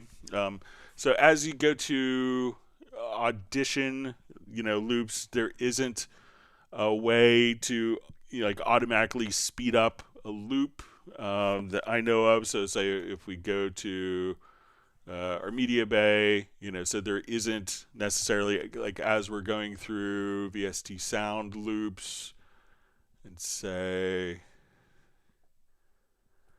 I'll just say as we're auditioning here for it to kind of play back at half or double tempo, but let's see if we could. I mean, you could always just kind of, if you say, okay, I want to do double tempo, type in, 140 for the value here, or enter that in. But I'll pass that along. We've had our people kind of want that particular feature to automatically. But it's going to use kind of like an absolute tempo value that's provided by the manufacturer. So so a lot of times we want to make sure that the tempo is kind of set per the manufacturer's settings. Wonderful to see Michael Teams from Weatherford, Texas. He says he's a little tardy, but we're glad that you're here. Hope you had a nice time in New Mexico. Everyone missed their ice creams on Friday. So.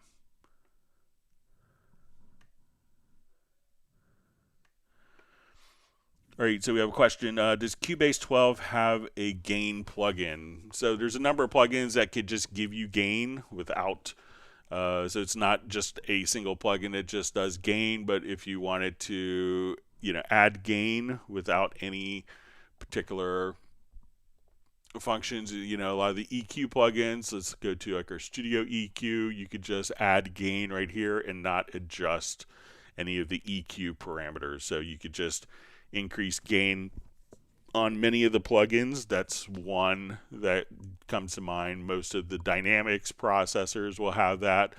Also, if you just need channel gain, if we come over here, we could just, when you go to in the channel itself, you can have an additional 48 dB of gain.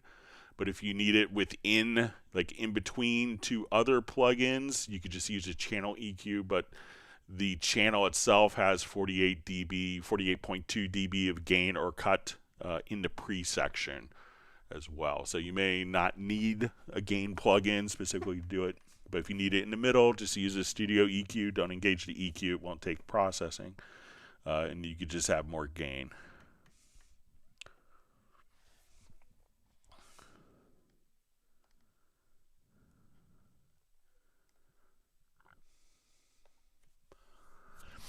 All right, so we have a question from Ash Rebel Hen Studios. Great to see you on from Brisbane, Australia. Hi, Greg. When entering a MIDI event info in the key editor, is there a way to set the velocity to a certain default value?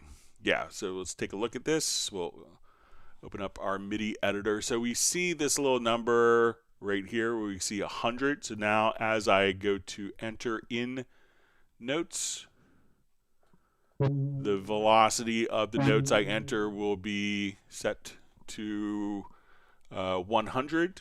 And if we wanted to change different values, we could just click here and say, okay, I want my default to be 50. I want the default to be 40. I want the default to be, whatever. You have a little drop down menu, so you could say, okay, I want it to be 100 again. And you could set up key commands to go back and forth between these 5 different stages as you're editing, as you're just dropping notes in. And there's also, if you wanted to change the values, you can come and just this little drop down menu to the right, we could see all the different velocity values that could be entered right there. You could save different presets. And again, you could have key commands so that you hold down this key, it's going to insert notes at this level, hold down this key, this level, this level, this level. So you could have that change, but if you just quickly say, okay, I want every note entered to drop in a velocity of 88. So now as I look at the velocity of the particular notes, we'll see those as 88. So you can just enter in default value right there. It's really handy if you're doing just drawing in parts with your mouse, and you get different velocity curves, by entering different values for different notes.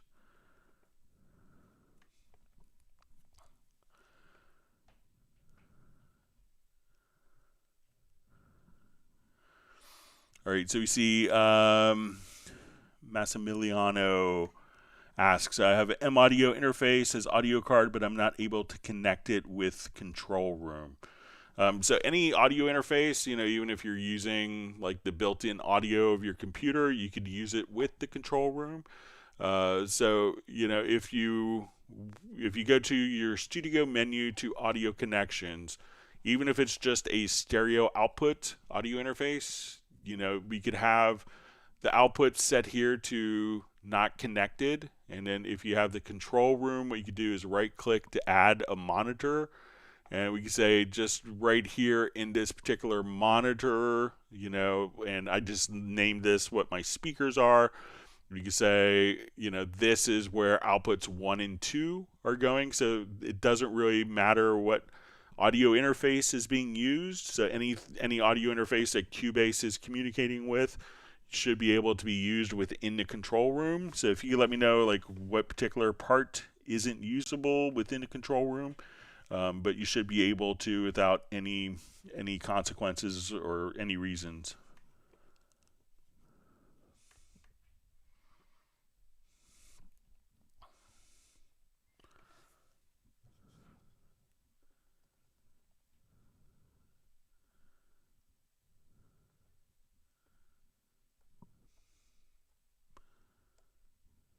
All right.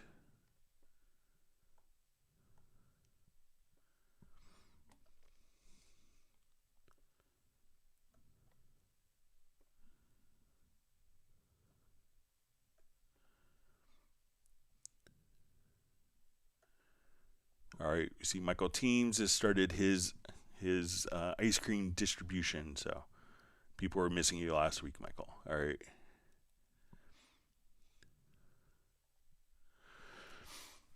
All right, so we see from Matt Lewis. Hi, Greg. 2 questions. How can I make a macro? Would like to have a shortcut for the MIDI key editor. Also, is it possible when doing an audio mix down to have the track loop? All right. So I guess, okay, so we see I would like to have a keyboard shortcut to open the MIDI editor. So I think, by default, let's say if we're here, the mix console, if you hit Control or Command, once it's selected, hit Control or Command plus E, and that will open up the MIDI editor. If you wanted to open into a separate window instead, what you could do is at this point go to Preferences, and you'll see under Editors, you can say that, double click opens not in lower zone but in an editor window, or open when using a key command, open editors when using key command. So now when I double click and we go to the key editor, it will open up full screen, or Control or Command E can do that. If you want to make a macro, so you don't need a macro necessarily to do that, but if you wanted to assign a keyboard shortcut for a particular function, like opening the keyboard editor, we could go to Key Commands, and we want to find a function. We could search, so you could say, open key editor.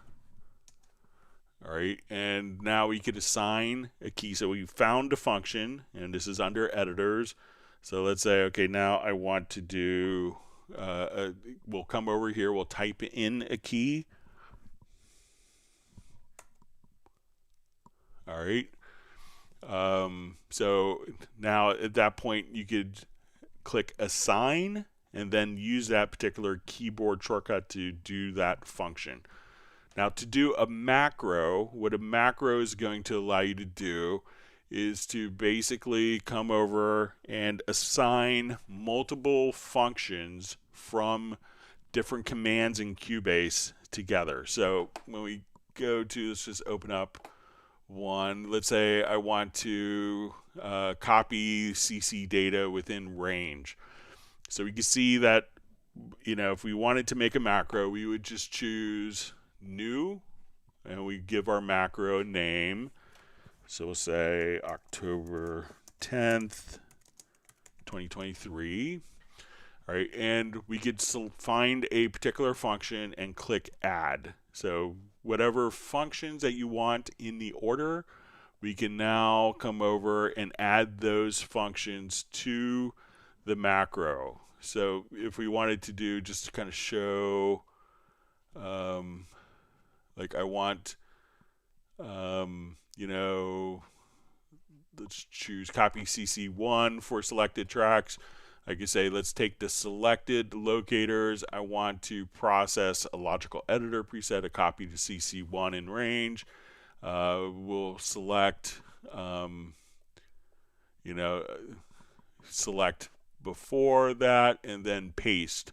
So these macros are just a series of keyboard shortcuts, and they're often really good if you're doing like a process that requires like 7 steps, and you do that 100 times, and you realize that instead of running 700 key commands to execute a particular function, that I could have one key command that could execute 7, 10, or 20 different steps for a particular function. So they could get very extensive. So I think one I made that a lot of people use is a minimize breath macro. Let's see if I have it in here. Just to show you. So let's say minimize breaths, and we could do like a macro that's kind of that involved if necessary, just to kind of get through a number of different steps. So that way you could just kind of select something, hit a function to trigger the macro, and the macro could then execute all of those stages in sequence for you perfectly every single time without you having to worry about it. All right, and the last question in this group, is it possible when doing an audio mix down to have the track loop? So, when we're doing an audio mix down, the track isn't going to loop. So we set kind of the starting and end point of the mixdown is determined by the left and right locator. So if I had my left and right locators here, I would export my audio mixdown. It would contain all the events within this range. If my right locator was here, we would get all the events in this range and half of this event. If I come here, select both events, hit the letter P, we could just encompass all of the events, but it's not necessarily going to loop.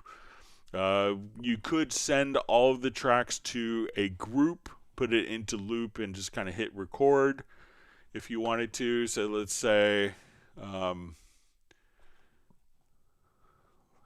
just do a quick example of this. I'll put it into cycle record.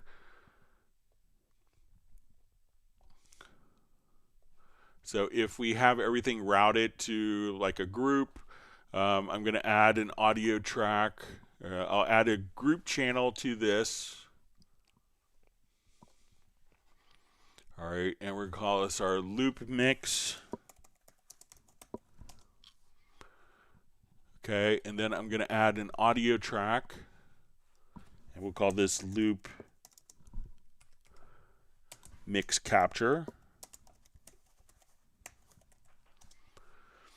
Okay, and this audio track, I should have done it when I added the track, but I want to set its input from the loop mix. All right, so now when we play, I'm going to just hit record here. All right, so even though it's going to kind of do what we call like a cycle record, what I'm going to do is place this into record.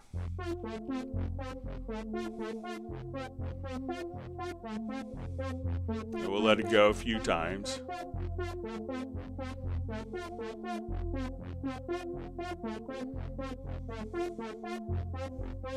We'll go one more. So often when we do this, we see that this is now, we look at it. I'll just add my...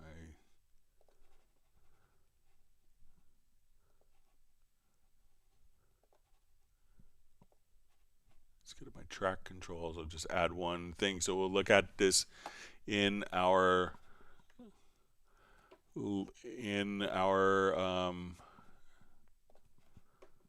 so now we'll come over here and we'll see that this looks like we have 5 or 6 different takes of that event.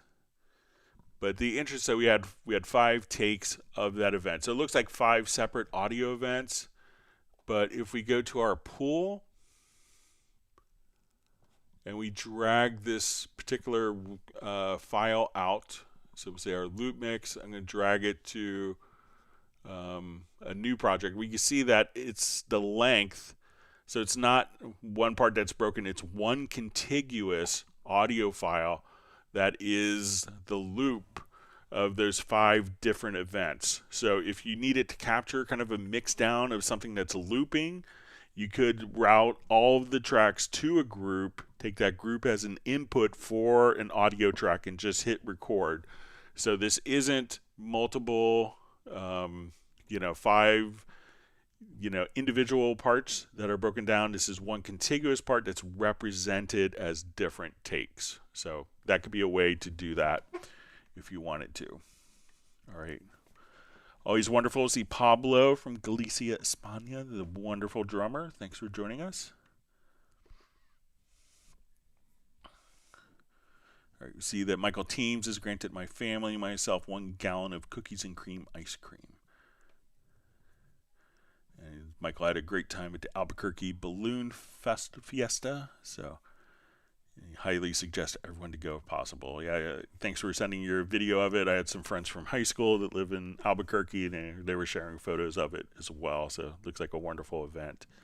Glad you were able to make it. All right, so we see Michael Teams is very happy to see Pablo. Very enthusiastic greeting.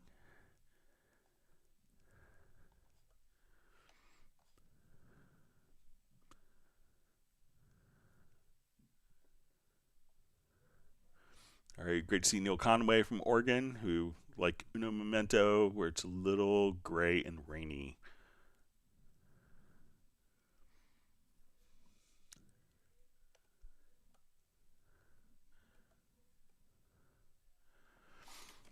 All right, so we see the artist known as Love says, hello to everyone from New York. I hope everyone is well. Please hit the like button and say thank you to Greg. So thanks for being on the live stream. And thank you for the kind words.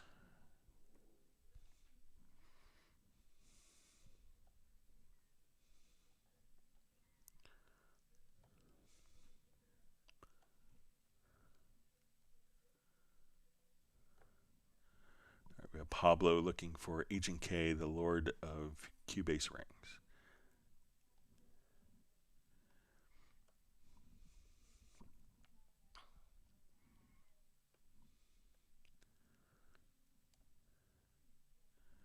All right, we see Uno Momento had Santa bring him a new Fender jazz bass. That sounds pretty good.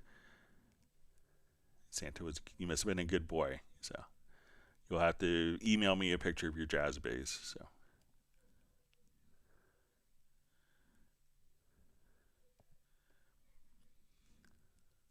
See, Neil Conway is just saying a new bass always makes the holidays feel warmer. I haven't gotten a new bass in many years, so. But in all fairness, I have 18 or 19, so. But you always want one more.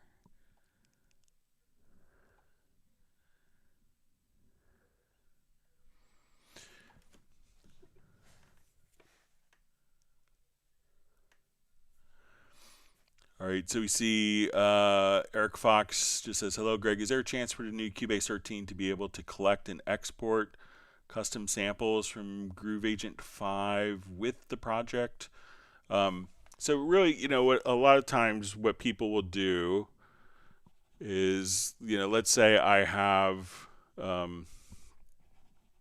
number of different projects, like a method that's commonly used for this type of stuff is I'll just do just some quick audio file recordings here. So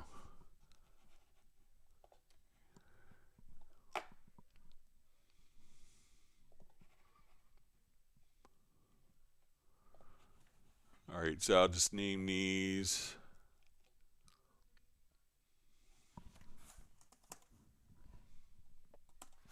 All right, I'll just do a new project here to start, so we know where the files are. So we'll do new project. We'll do create empty. I'm going to put it in October 10th folder here. All right, so I'm going to add audio track. We'll add, let's say, 5.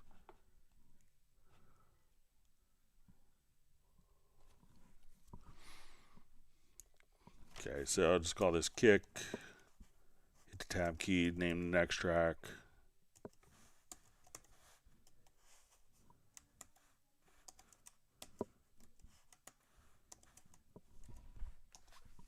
All right, so let's say we have now recorded samples. All right, so we have audio files that are aptly named. I want to add an instrument track. Okay, we'll make it a Groove Agent SE track. Okay, I'm going to drag these out. So we have like kick, snare, let's say our different samples. Imagine that they sounded. Okay, so now I think we're going to come over here to export the kit with samples. All right, and we're just going to go up. I want to go to my documents, and we will go to projects, and this is going to be in Hangouts folder.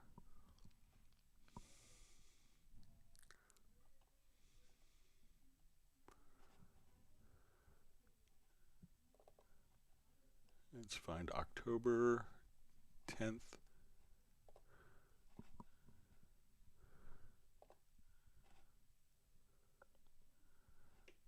Okay, so we'll make unique name.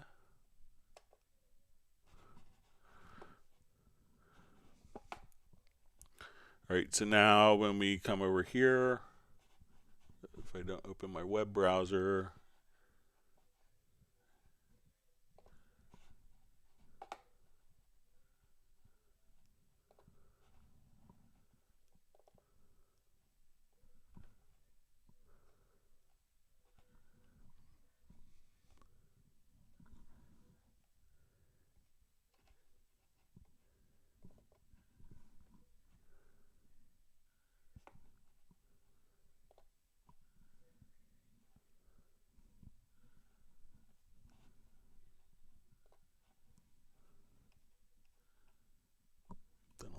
live streams here.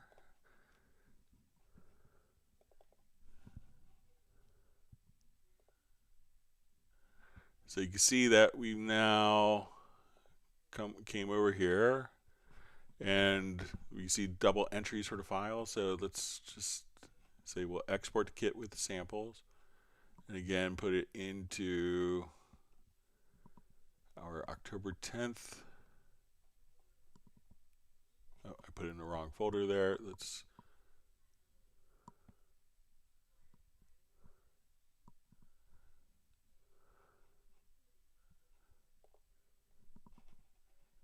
okay.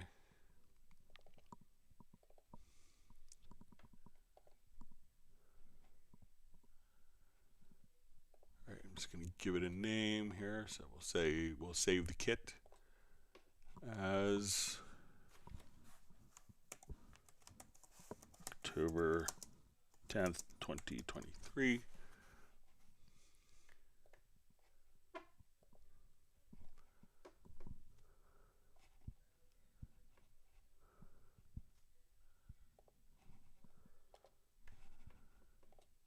Okay, now we'll export kit with samples.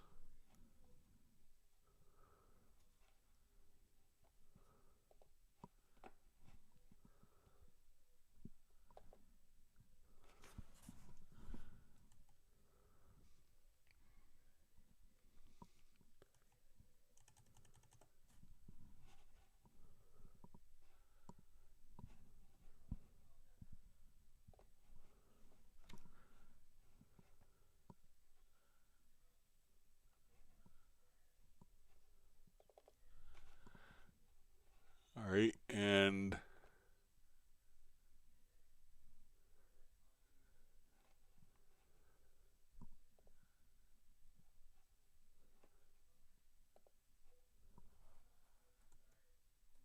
so you could just kind of export it right there. So, try just the export kit with samples option, and then it's going to just go directly into that particular project folder for you. So give that a try.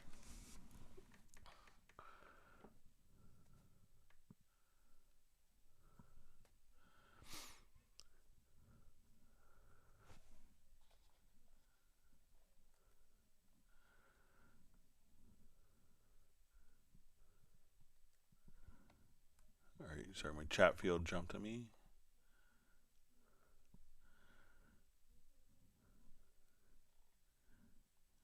You see Nick and Pavlo always with the coffee. All right.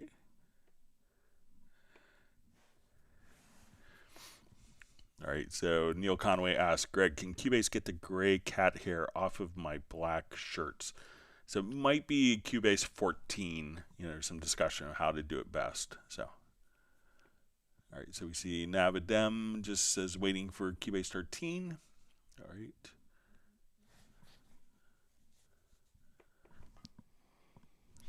All right, so Neil Conway says Greg as one should be 18, as one should 18 bases. So, and you can't really stop at 19. So if you have 18, you have to go from like 19 to 20 pretty quickly. So.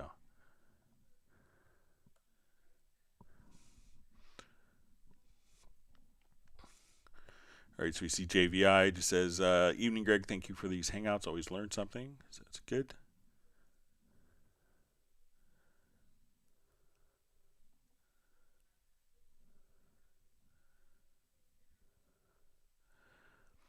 All right, so JVI asks, is there a stock guitar instrument to make easy strumming with down and up strumming?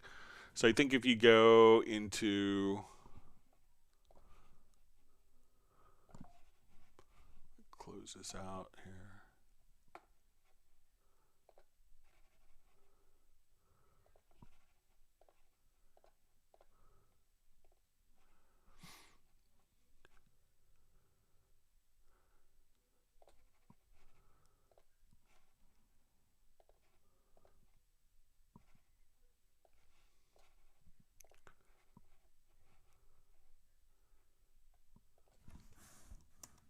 So there are like within the Halion Sonic sounds. We come over here, let's say nylon VX. So I think you could do like nylon guitar VX, I think is a stock sound.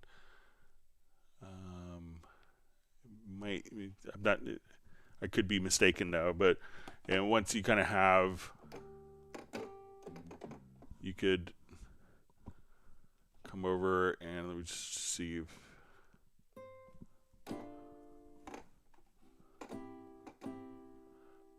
but some of these will have like different guitar arpeggios. But there's not like a virtual guitar instrument that comes with it, but one to check out if you're looking for an acoustic guitar, there is an M guitar or T guitar. So let's say we get a T guitar, and this will be, very similar to a Taylor guitar that's been sampled. So if you wanted to just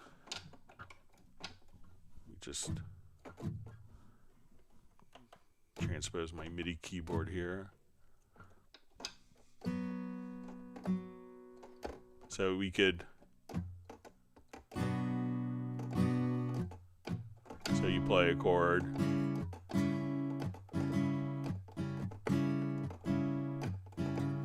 and then you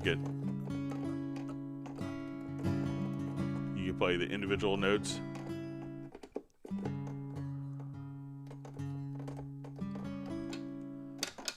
So you can play the chord with your left hand and this will have like all sorts of different strumming patterns. So if you wanted to come over here and say, okay, let's go to strumming patterns, so there's different modes that you could have directly here for strumming patterns.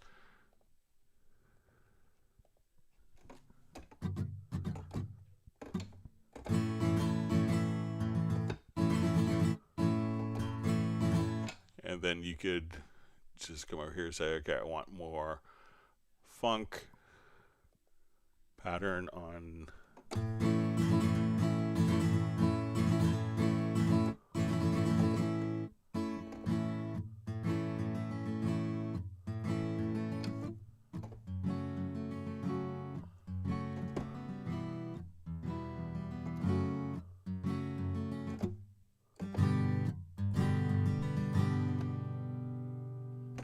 So that's, so check out some of the like T guitar, M guitar are really wonderful instruments for different guitar strumming. And if you wanted to maybe do something that was like more like strumming patterns, if you have like notes that are kind of long notes like this and you wanted to mimic strumming patterns, check out also the tools. So let me just quantize these quickly. So if you grab the kind of the little split tool here, the trim tool, and hold down kind of the Alt or Option key, you could just kind of come over here and do different strumming quite easily with that. So some different options to check out, but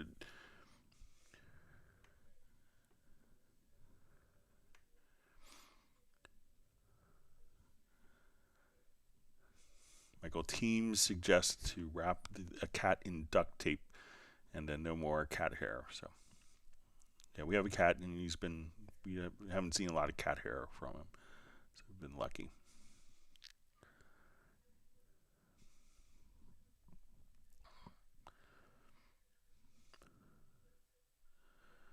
All right.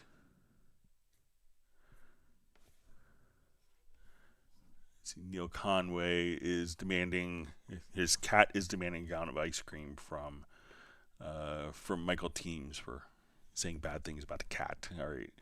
See, Pablo says I need another hard drive, so I still got a lot of free space on it. So, all right. So Jazzy Lamel says, "Greetings, Greg. Will Steinberg attend the AES show in New York City?" So Yamaha isn't exhibiting at the AES show in New York, so I don't think that we'll have a presence. Because when we do trade shows, as part of Yamaha, they could be very expensive. So we kind of, in this year, within the same fiscal year because NAMM was in April and it's coming up in January. I think most of the investment is going to cover two different NAMM shows as opposed to AES. So we won't have a presence at AES, unfortunately. All right, so we see Neil Conway is like number 81. Pablo is like number 83. All right.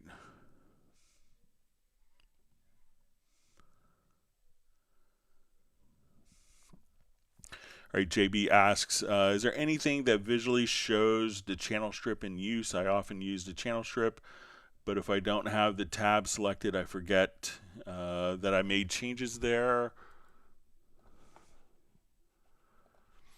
All right, so let's go ahead and just open up an audio channel. So let's go ahead and we'll have things added in the channel strip.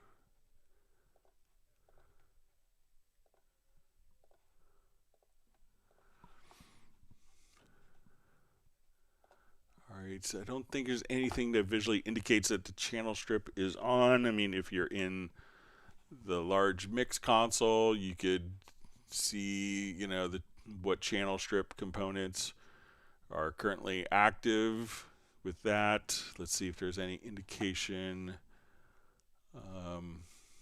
So we're here. Let's see if there's any indication in the. All right, so if we don't have, we see this indication here visually. Let's select a different track. So where there's no channel strip settings on the track, looking at the inspector, we see that the channel strip is not illuminated, but when we see here, we can see that the channel strip is active just by that being that kind of aqua bluish color. So these tracks, no channel strip, no channel strip. Go to the third track, we can see the channel strip is there. Fourth, fifth, no channel strip setting. So look for the color right there on the inspector, and that can give you an indication if the channel strip is being utilized.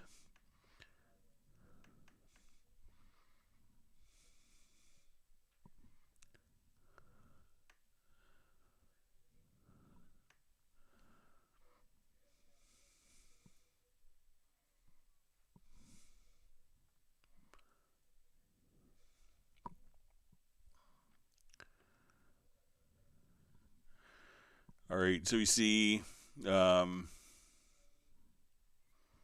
just a comment from Eric Fox. It says, yes, I see, but it would be better if Cubase could do that automatically. With the Groove agent, what could happen is, you may not want the project, the sample stored in a project. You may want it in a different location, and a different location could be set up to be utilized in other projects. If you create a kit, you may want that kit to be used in other projects and not, say, oh, what was the name of the project that I created that preset for, and look for that. So that's why it gives you kind of the flexibility to choose where your samples will be stored to.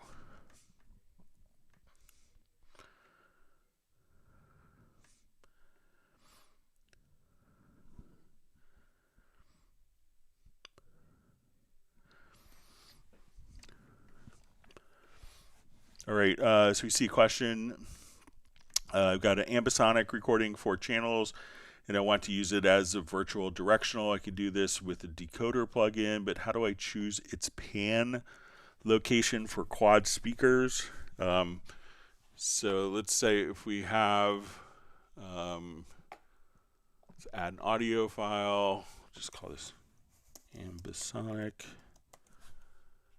and we'll go to our configuration. All right.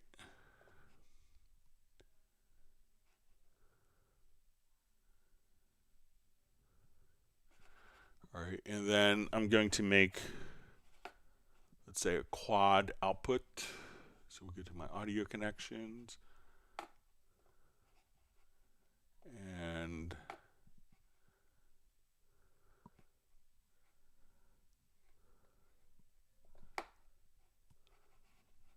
all right, and let's route this to our quadraphonic out. we may have to do. I'm not absolutely positive we have to, but now when we come over,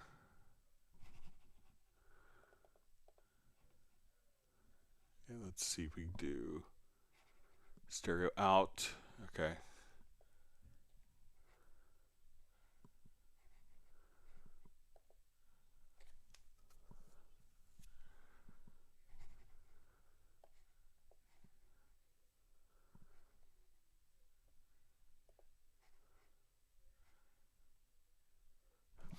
All right, so let me just make sure. So I'm not sure if you're doing it from like if it's a first order ambisonics.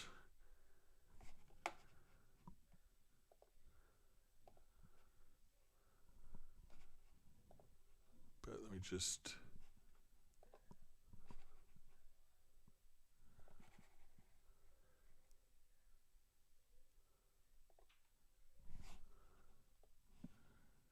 May have to come over.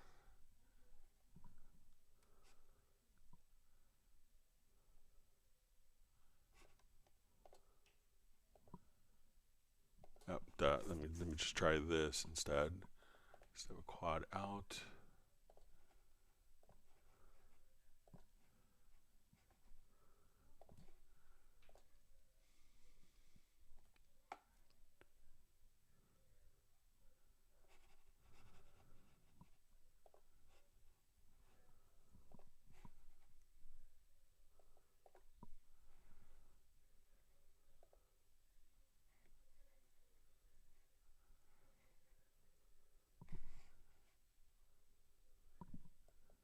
So let me just set my preview channel here in the phones. Go to VST under preferences, or control room rather, and use phones as a preview channel.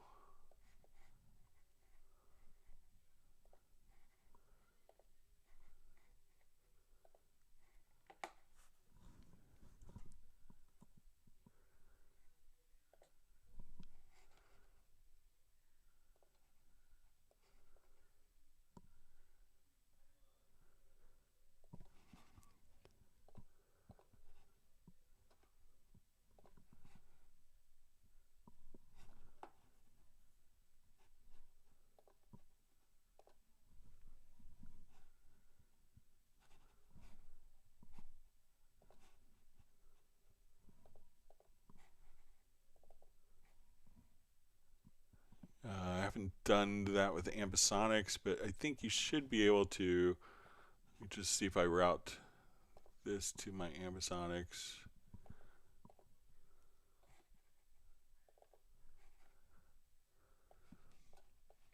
So then you could kind of just take, like, let's say I just want to take this track here, and then we could route it within the ambisonics. So maybe give that a try. Just make sure you have an ambisonics output configured, and then that track should be able to be kind of fed, and then you could do your 4-channel panning. So let me know if that would work for you.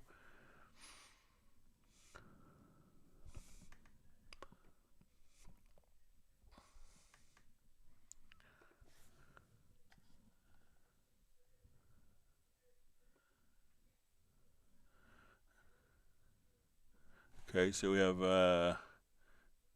is it Orshi Booze just saying hi to everyone. So thanks for joining us.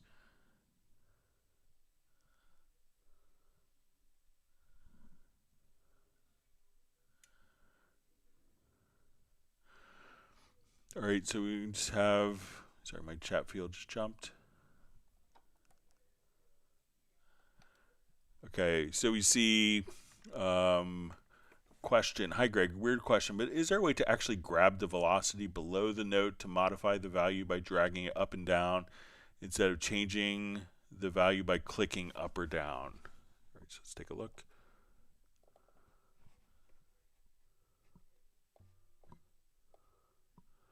Okay, so we'll look at our velocity data here. Okay, so we see our velocity value. So If we just, what I'm doing here is, let me just turn off one setting here so we can see it a little easier. So as soon as we go to that particular note, we see that once we're in the velocity, once we go into the velocity lane, it turns into a pencil, and then you could just drag the note up or down like that.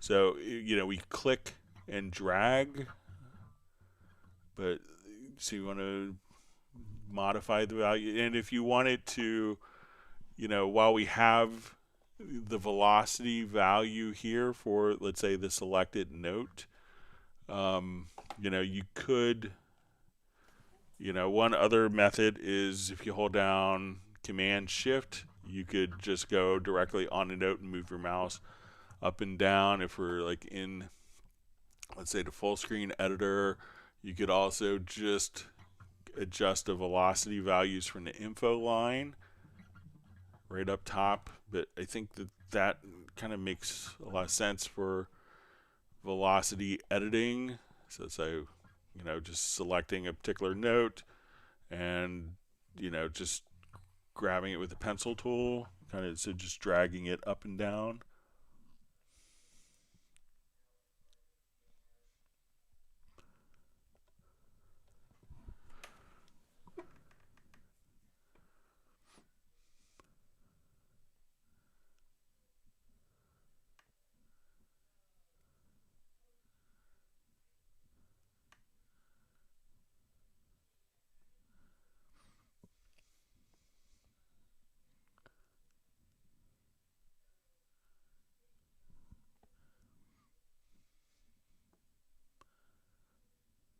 All right, just reading through different comments.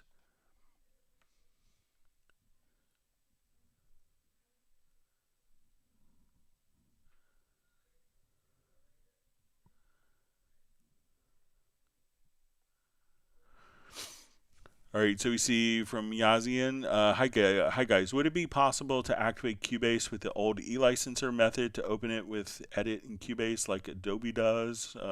So I'm not familiar with what Adobe is doing, but if you have the old e-licenser, that will work with versions 11 and earlier. So you could still use it to open up other previous generations of Cubase.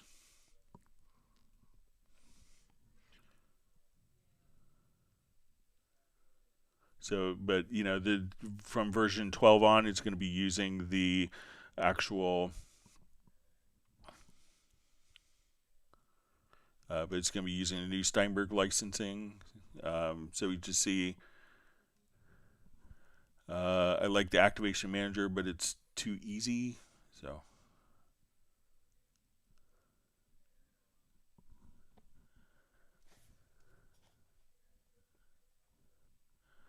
All right, so Michael Teams apparently is letting everyone know that Pablo is famous.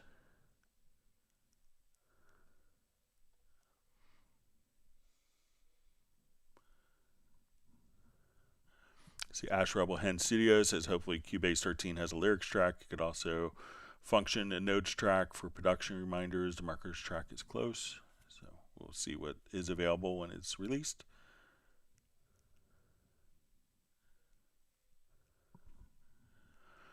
JVI asked a different question. Are there plans from Yamaha to make a dedicated MIDI controller, 81 hammer action keys, probably 88 I assume, with sliders and drum pads, etc., purely designed for Cubase? I've been trying to get a dedicated MIDI controller from Yamaha for a long time, but they don't seem so interested, and they do make, obviously, keyboards and workstations that could be function as controllers. And the new Montage M, which was announced today or last night, we'll be doing polyphonic aftertouch, so that's a welcome addition as well. But I haven't heard of any plans for a dedicated remote control, dedicated controller from Yamaha. But you could always write them, and probably hearing from customers has a lot more weight and impact than what I could share with them.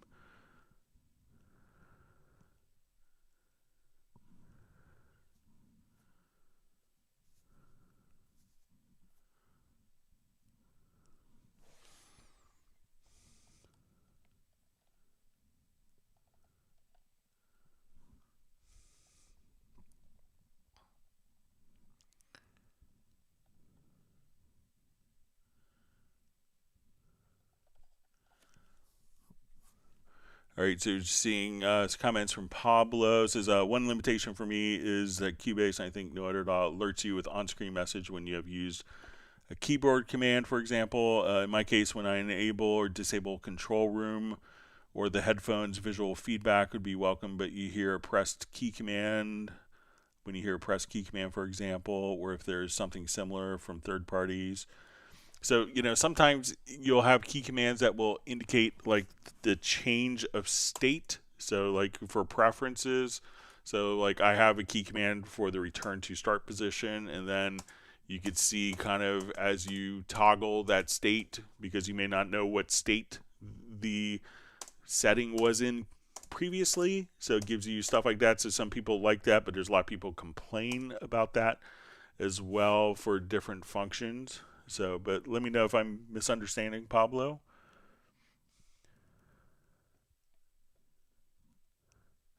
Always wonderful to see Graham Witcher from Royal Wooten Bassett. Glad you could make it this evening and join us. Great to see you.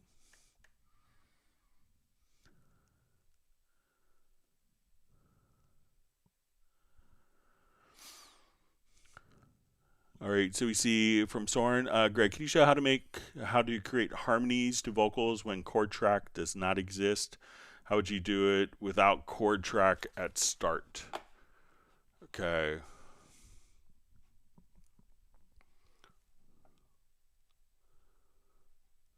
Kind of old school method.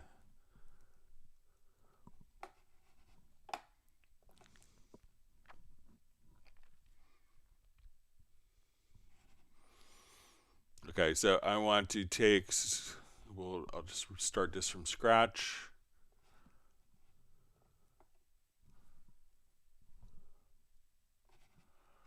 Okay, so I'm going to duplicate the vocal track,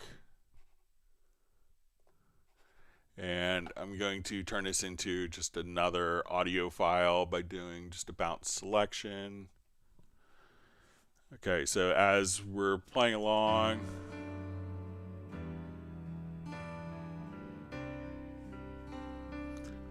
I'll go into. You stare at the ground, not a sound. So let's say I just want to come over to a particular phrase. Not a sound. Tell me. So let me just change my start behavior here.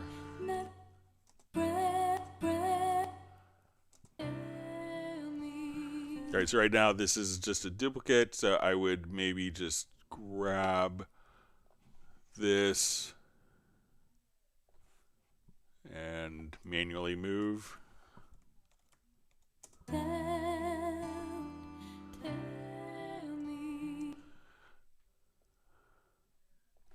And listen to it. So maybe not that note. All right.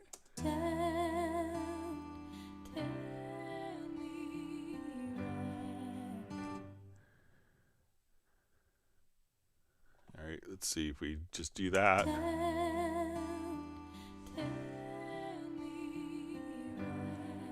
Say not that note.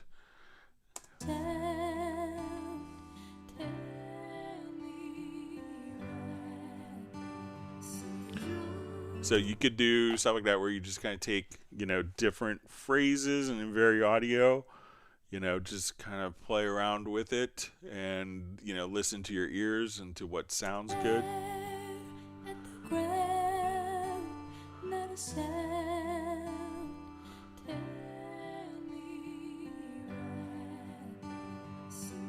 So that's some different things that you could do manually without using the chord track. And if you use the chord track, you could obviously kind of automate the whole process quite a bit. But let me know if that's helpful for you, Soren.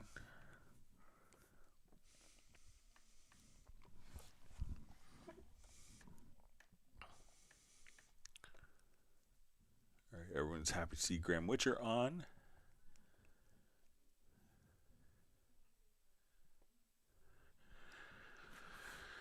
All right, so Ash Rebel Hen Studios asks, Greg, as a bass player, do you commonly record two bass sources, such as a DI and an amp? So I have a number of different amps that I've used, but I haven't mic'd up an amp in a long time. So generally, I'm just straight into my audio interface. I have a number of preamps. I have two or three Ampeg preamps. I have like the new SCR-DI, the one that came out a couple years ago. I have a rack mount SVP Pro.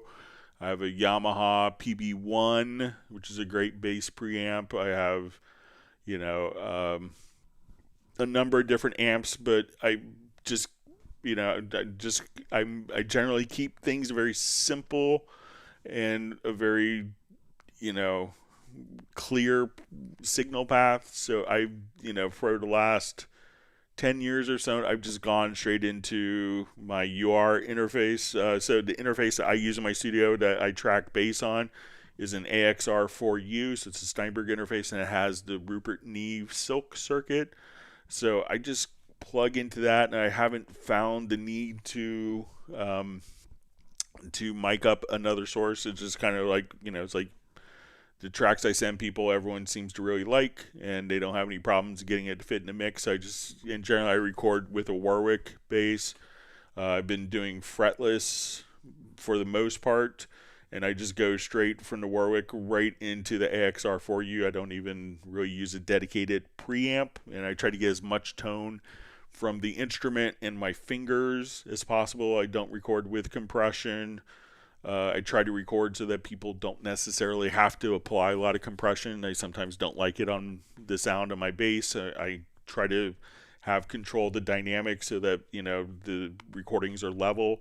So I've just been doing for the last decade or so just straight into my audio interface. Before my AXR4U, I had MR816s, and they sounded wonderful. Just plug straight from my bass right in. So I have preamps, and like when I play live now, I use the Ampeg SCR-DI, and I usually set it pretty flat. And I use that for my preamp to go out to front of house, and I take a monitor mix into the pedal, and I use that for my headphone monitoring level, so I could balance my signal to what I'm getting from the monitor mix, and I could just bounce it on the preamp. So I come in with one bass, one preamp, some cables, and I'm good for the gig and for live use. So I used to mic up my Ampeg. I have an Ampeg V4 from probably mid 70s, which sounds amazing. But for a lot of studio stuff, I tend just to go direct right into the audio interface now. So it's kind of boring, but it tends to work well. You could listen, like I just played on a track for Gareth. And I could send a link. Maybe Michael Teams could do it, but he just posted a link on a new track. It's like "Don't Slow Me Down" or something like that. I'm always bad with song titles, but that, and you could hear like the bass on that. Gareth did a wonderful job on the vocals and all the guitar and production on that. So, all right.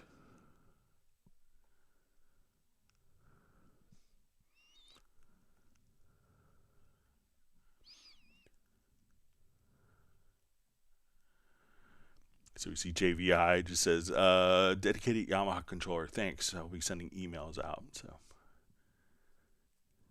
see Gerald Ely says he binged on some Hot Mess last night on Spotify. Great stuff. So yeah, I'm lucky that Pablo, Michael, and Gareth let me play bass on stuff. So it's fun, and I enjoy all their writing. So see Pablo just saying, "What? I need to try that." So.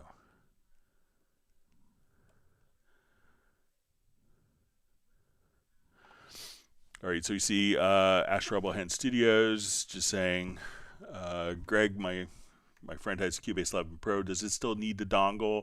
So Cubase 11 Pro is the last version of Cubase that required the USB-E licenser. If your friend upgraded to 12 or 13, they'd be on the Steinberg licensing. If they wanted to run Cubase 11 or earlier, they would just connect their USB-E licenser. So We see Best Green Jesus says, I used a dongle in 12. So, you may have a couple, Cubase 12 doesn't utilize a dongle. There may be some instruments and content sets which do, but you don't need to use, but Cubase 12 won't utilize the USB e-license or dongle. So it's under the Steinberg licensing.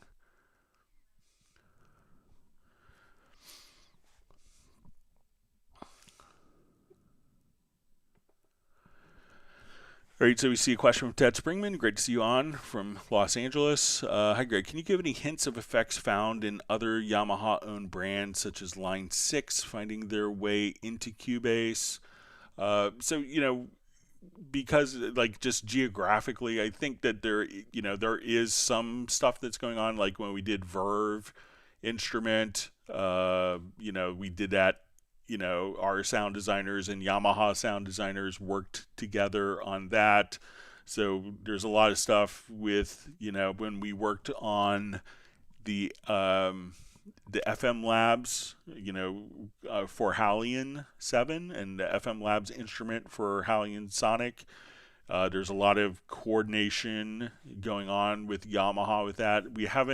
I haven't necessarily seen kind of the fruit of efforts with Line 6, but often I'm not necessarily privy to those development plans. There's a lot of stuff that may be being worked on that, like sometimes at NAMM shows, I'll see groups of people meeting, and then 2 or 3 years later, it's like, oh, when this comes out, it's like, oh, that was because of this meeting. I saw 2 people go off and get lunch and meet with during a NAMM show.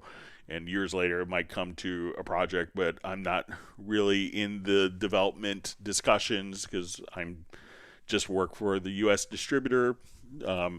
So I don't know of anything in particular that's gone on with Line 6, but, there's a lot of stuff that has gone on with Yamaha as well. So, when you see the impulses that come with the Revelation Reverb or with Reverence, those were some of the impulses that came. I think it was the Yamaha Rev 1, and that was like a 20,000. That was like the first, that was their first, reverb that featured, impulse responses. So, and so we were able to kind of utilize that. We were able to kind of get some of the Yamaha sound design team for their instruments. So like a lot of the motif sounds is what you see inside of Hallion Sonic. So obviously, within kind of the big scheme of things, Line 6 has been in part of the Yamaha family for a little over 5 years, maybe 6 years. So hopefully we'll see some more,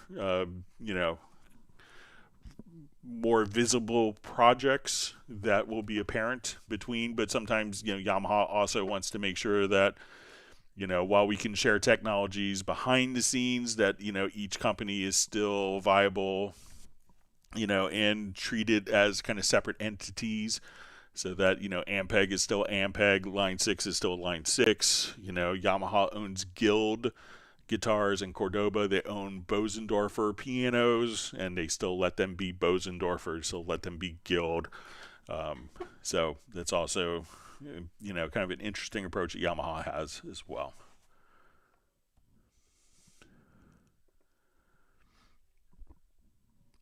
All right, so we see from Soren says, "Yep, Greg, that works. Thanks." Probably on the vocal harmonies.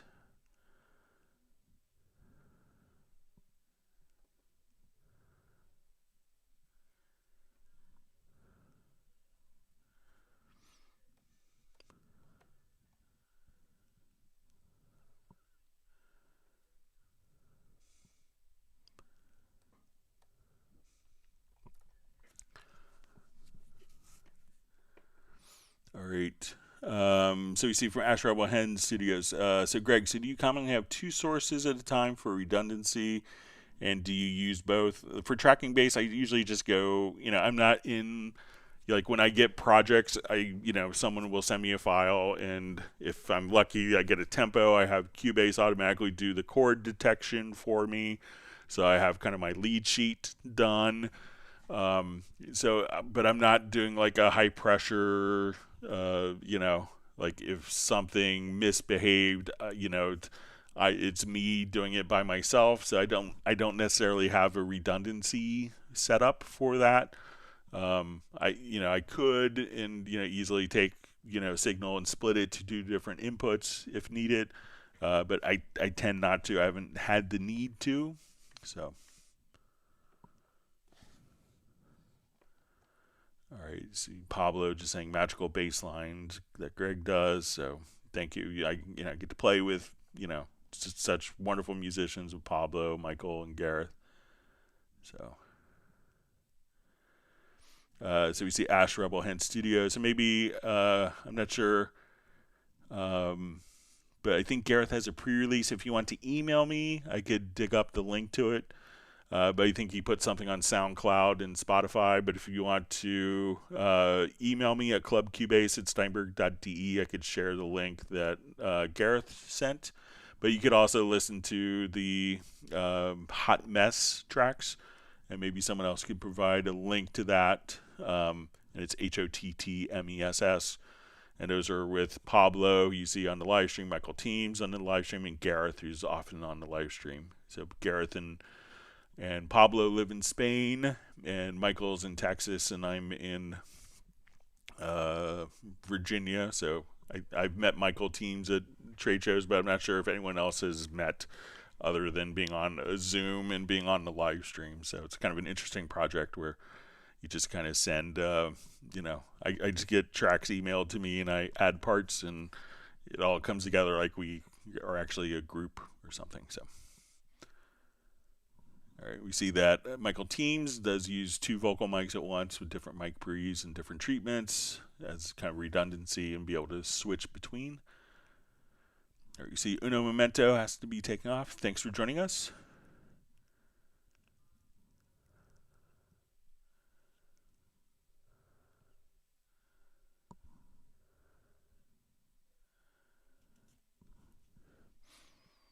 So you see Michael Pierce just says, oh, Cubase, I'll have to look at a Nippon Gaki piano on Monday. The whole thing led me down a deep dive into things I've forgotten. Oh, and we're getting our Rev 5 reverb back up and running. So much to do. So I think it was when I was at Mark Knopfler's studio, kind of helping with his live recording rig in his at British Grove Studios in London, kind of in Chiswick area, I think. And they just finished the surround mixes for Brothers in Arms, and I got to hear like the first playback in Mark's studio when it just came back mastered by Bob Ludwig, and it was kind of interesting. And one of the comments was like the whole thing. I think like they're having Chuck Ainley was having a hard time kind of getting the mix sorted out, getting the reverbs to sit, and once he got his Rev 5 reverb, then everything just fell magically into place, and they were able to get it mixed to remix the stereo to match the original as well as the surround. If you haven't heard the surround mix of that, it's wonderful. Kudos to Chuck Ainley. All right, so we see Neil Conway has to check out, and you'll see us on Friday.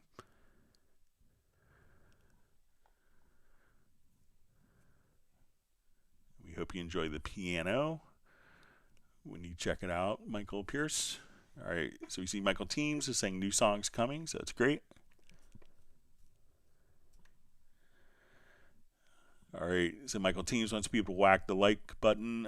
So we have a hot mess question. When you guys exchange files, what process do you use? So I just get a WeTransfer link.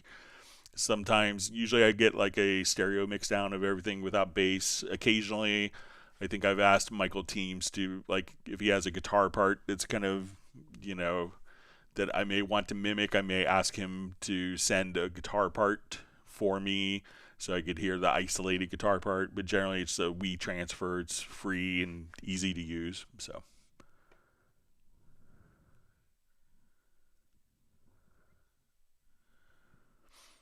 All right, so we see Best Green Jesus. Just see, seems like Sports can send me a file to replace my issue. Thanks for checking for me, Greg. Yeah, let me know if you have any problems with that.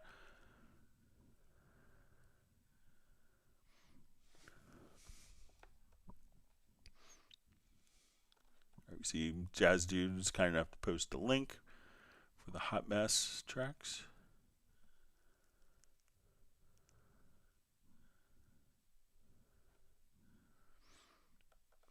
All right, see if there's any more questions that come up.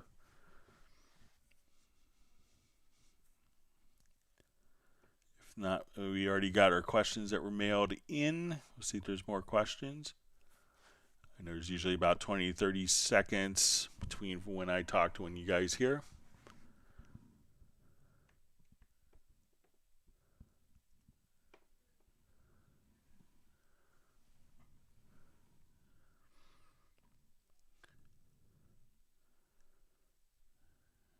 All right, let's just wait a little longer, see if there's more questions. All right, so we see Ash has subscribed to Hot Mess.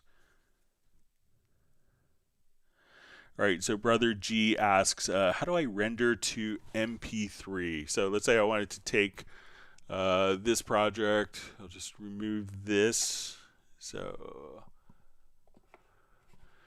okay, so what we want to do is to, make sure that we have kind of like the full song surrounded by, the left and right locators. You could select all of the events, Control or Command A, and hit the letter P, and that will set the left and right locators. When we go to your file menu, go to Export, and we'll do Export Audio Mixdown.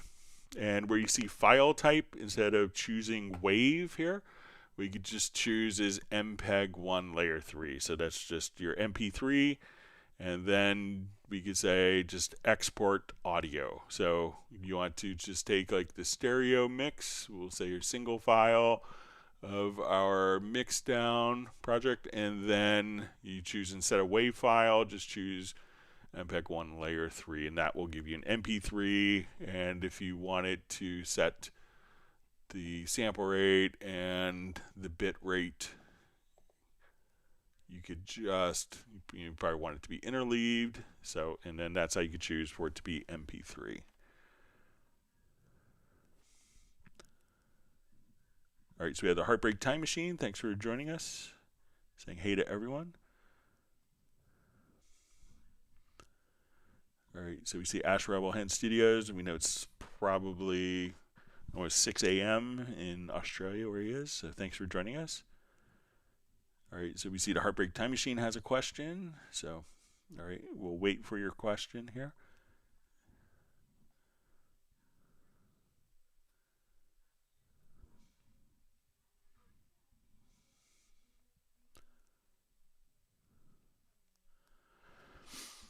Okay, so question from Heartbreak Time Machine. When using a sidechain that's also part of a group, do I send a sidechain channel to the group or to the output? The group is set to, a la master out. It really kind of depends on what the source is, your sidechain. So I think it's kind of independent of the group. So let's come over here. Let me just open up a project with some side chaining. Let's see if it's in my recent projects list. Yeah. Okay.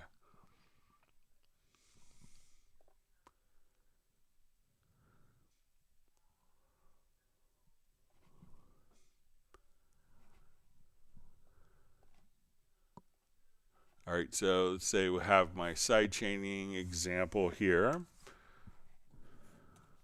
Okay, so we'll just kind of listen to it just to, so I want to maybe have this bass duck down when the kick drum is coming in. So I'm gonna, and let's say this is routed to a different group.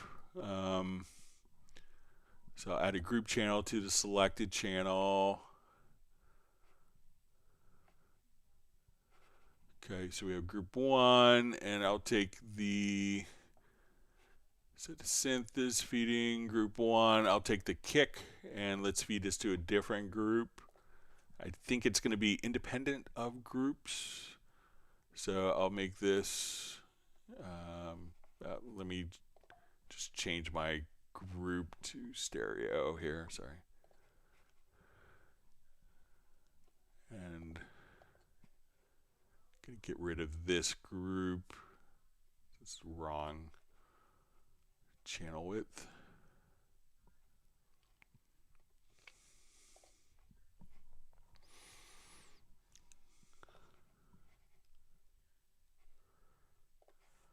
All right, so now the kick is feeding this group, the synth is feeding this group. All right, so what I want to do now, so I don't think that the groups really have an impact on it, but let's find out. So we'll go to our inserts here. So I want to compress the bass synth here. So, and I want this, I'm going to activate the side chain. We're going to set our side chain source to this kick track.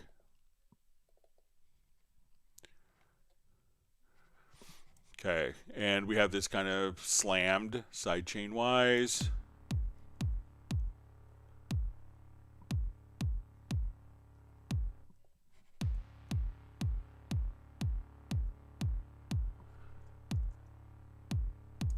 Okay, so it looks like the group might affect it. So let me just take this output here. I'm going to take this source. And let's just first make sure we get to our sends.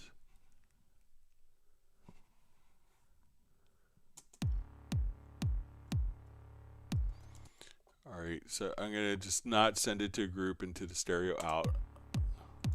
And let's take this and send it to stereo out. All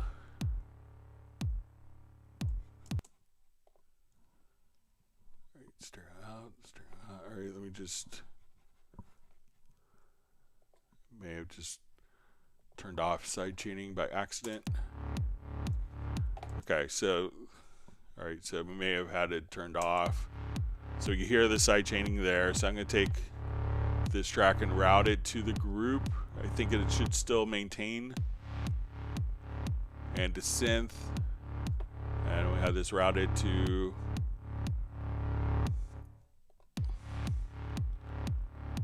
I'll just change this to group 3. So they're going to different groups.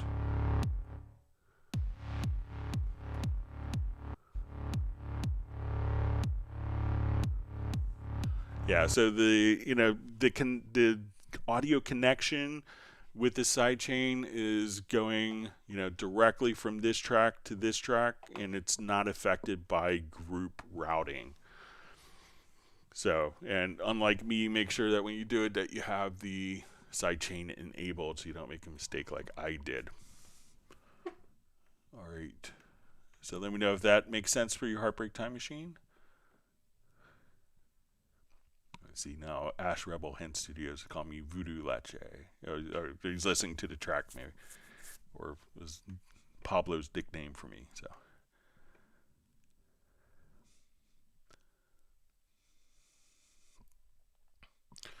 all right. So we see Talk Like Pro. I want to buy Cubase 12 Pro, but a friend told me it's better to wait for the next update. What do you suggest? I want to switch from FL Studio to Cubase. So what I would do is, if you buy now, generally what happens is there's always going to be a grace period on updates. So we could think of it as if you bought, within a certain amount of time of release that you get a free update to the new version.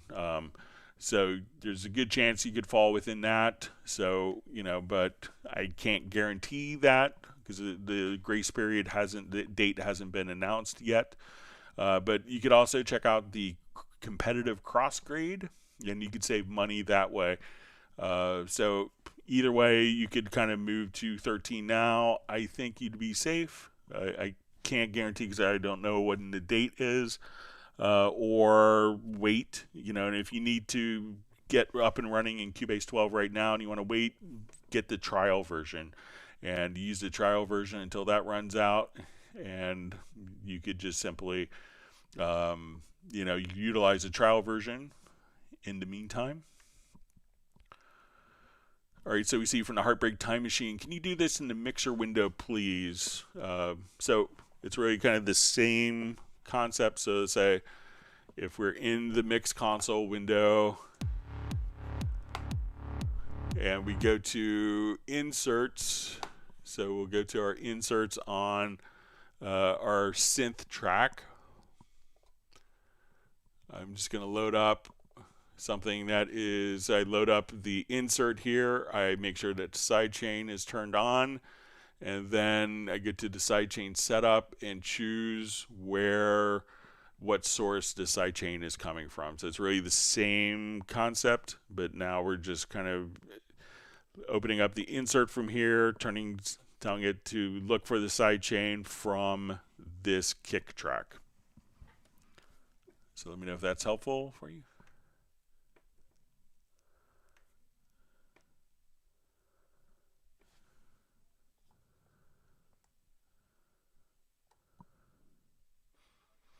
We see Talk Like Pros, so we're happy that you're going to be in the Steinberg Cubase family. So, and welcome to the live stream.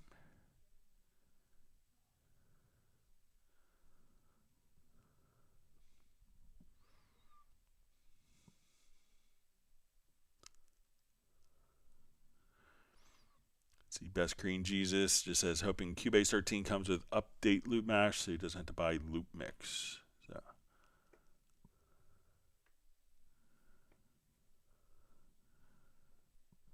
Okay, so we see from the Heartbreak Time Machine says, oh, okay, I understand. Thank you, Greg. Got my head around it. All right.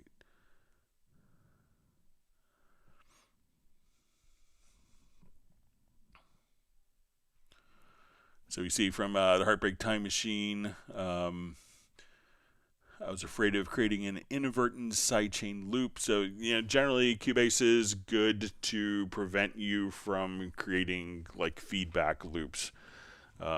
Some more experimental, avant-garde people don't like that, and other people are like, thank you so much for not allowing my student to make a feedback loop. So we try to make sure that, where applicable, that we don't let you kind of totally create feedback loops unexpectedly. So.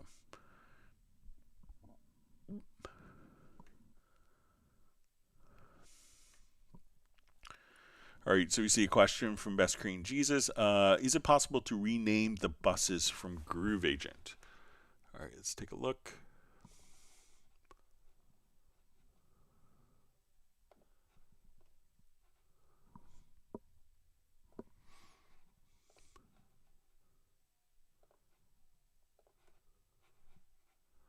All right, so let's...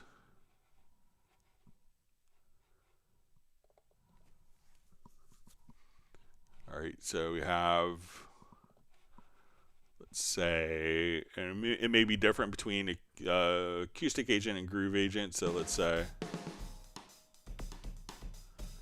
all right, so when you come here, I have my groove agent. So I'm going to just activate different buses here.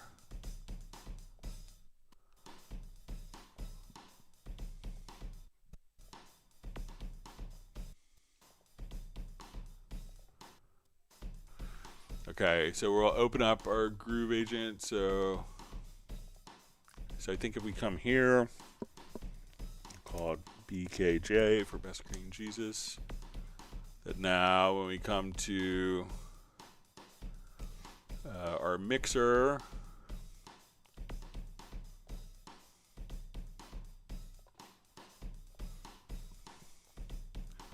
that the bus is coming out BKJ. All right, so let's come over. We'll open this up.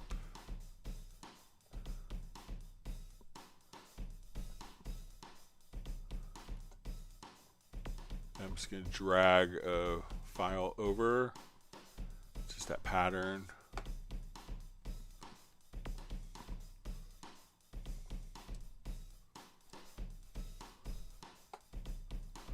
All right, so I'm going to stop this, and let's say if we render in place that the bus name is carried over.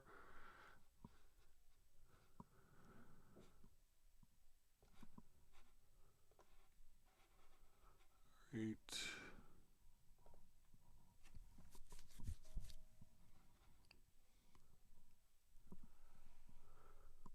So yeah, we can see that's carried over there. Let's load up a different kit.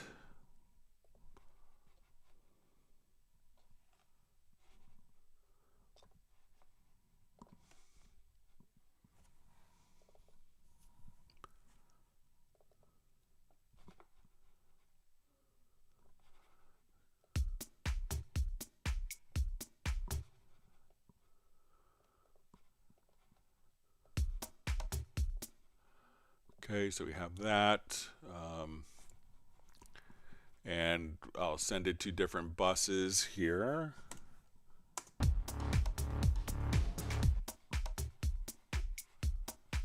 So get to the instrument. So we can see bus 1. Let's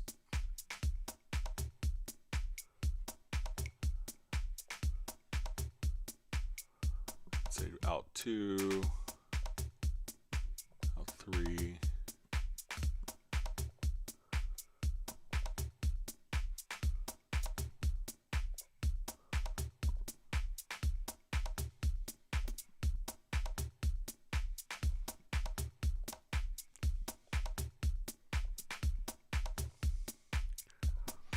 All right.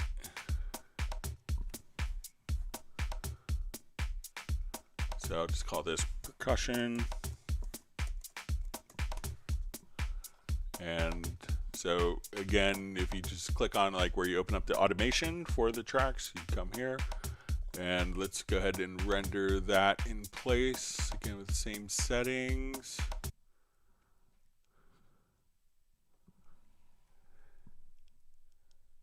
And you can see the percussion name just automatically carried over in the BKJ that we had there. So it looks like you can. Let me know if that makes sense and works for you.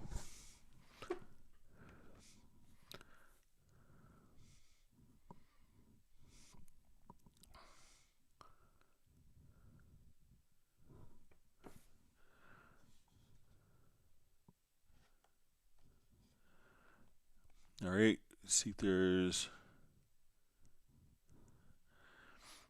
All right, so we see from Best Green Jesus, wow, thank you, that's crazy. I need to update my kits with this new info. So yeah, so it may have to be just on the particular tracks that once they're done. I'm not sure if you could rename it within the particular instrument, but you could always give it a quick try. But I think it just kind of gives generic kind of bus 1, bus 2, but you could do it. And if you have it stored within a template, you could do that.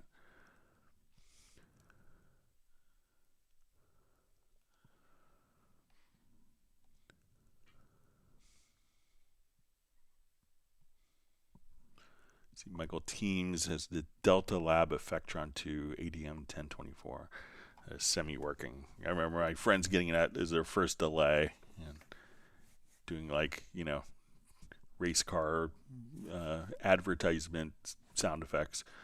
But it's also like the biggest, that's like the whole sound of reggae is kind of beat on reggae dub mixes is beat based around the Delta Lab Effectron 2. So. All right, so Heartbreak Time Machine just asked if have we all smashed the like button today.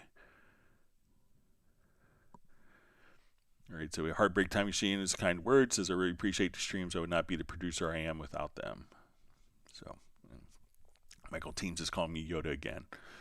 All right, I think I'm taller than Yoda. So all right, so Nick has to go. So hopefully we'll see you on Friday. Thanks for joining us, Nick. See if there's any other questions that sneak in. If not, we'll wrap up a little early.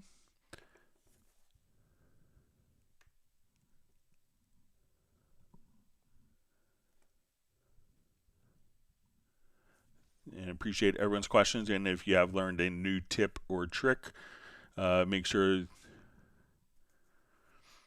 that you hit the like button, subscribe to the channel, and hit the bell if you want to get notified of future live streams. All right, so we see Best Green Jesus just saying, I had no idea it showed in automation areas. That makes busing easier. Thank you. So, yeah, that's kind of the thing a lot of people miss. All of your multiple outputs will, for an instrument, will just show up right there underneath. So we usually get that about every other live stream question about that. All right, so we have, looks like one more question. See, Michael Team says Greg is way taller than Yoda. He is with the Force. So I'm an Oompa Loompa in a world of Willy Wonkas. All right, we'll see if we get. I'm not sure if Best Screen Jesus, if that was his last question or if he has one more question, we'll give it a little bit. Give him time to type if he's doing that.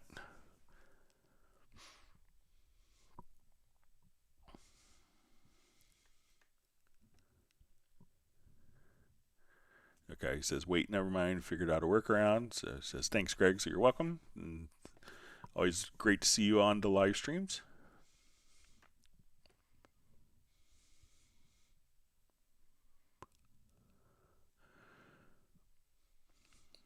All right, so we have a question. Hi, Greg. How can I color the mixer channel but not the tracks?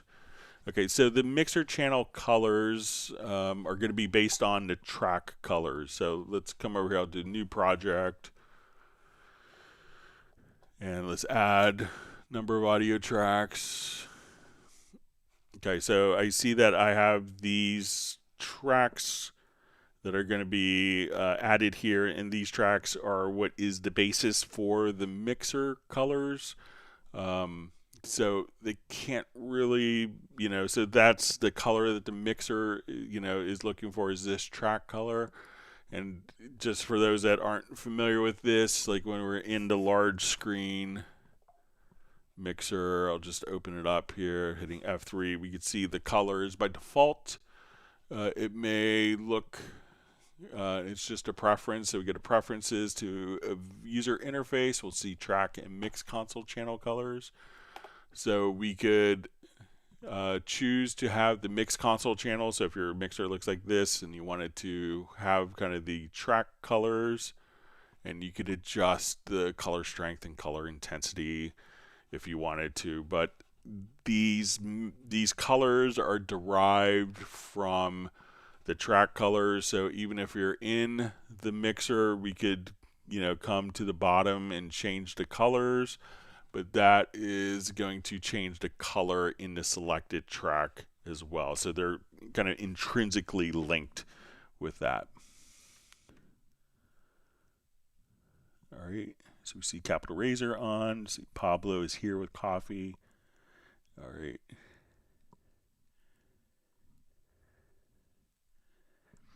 He's just teasing me. All right. All right, we'll see if there's any more questions. Give it our minute or so. I'd like to thank everyone for spending part of your morning, afternoon, evening learning more about Steinberg products.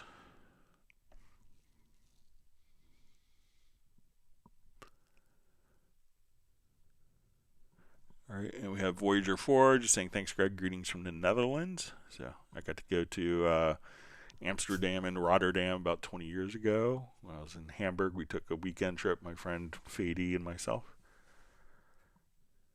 Enjoyed our time there. Beautiful cities.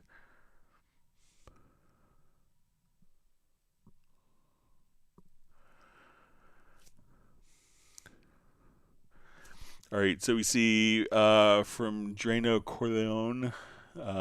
Hey, Greg, hope you're well. So I'm doing great, thanks. Question, I'm getting a freeze dump when closing. The error is freeze. So a lot of times when you're closing projects and you get kind of an error or kind of an error message when closing, like 95% to 99% of the times, it's going to be a plugin that's not releasing the memory. So see if you get the same error message with plugins that are not, if you do it all with Steinberg plugins, all with included plugins, or with when you're utilizing third-party plugins, and see if that makes a difference. And you could probably isolate it to a particular plugin that could be causing that problem.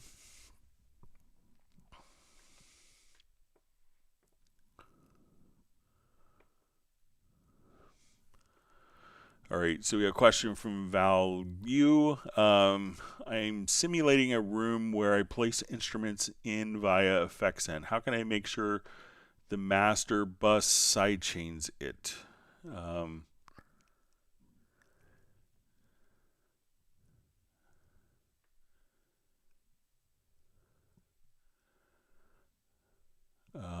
So let's think about this. All right, so I'm simulating a room where I place instruments in via effect send. So how can I make sure the master bus side chains it?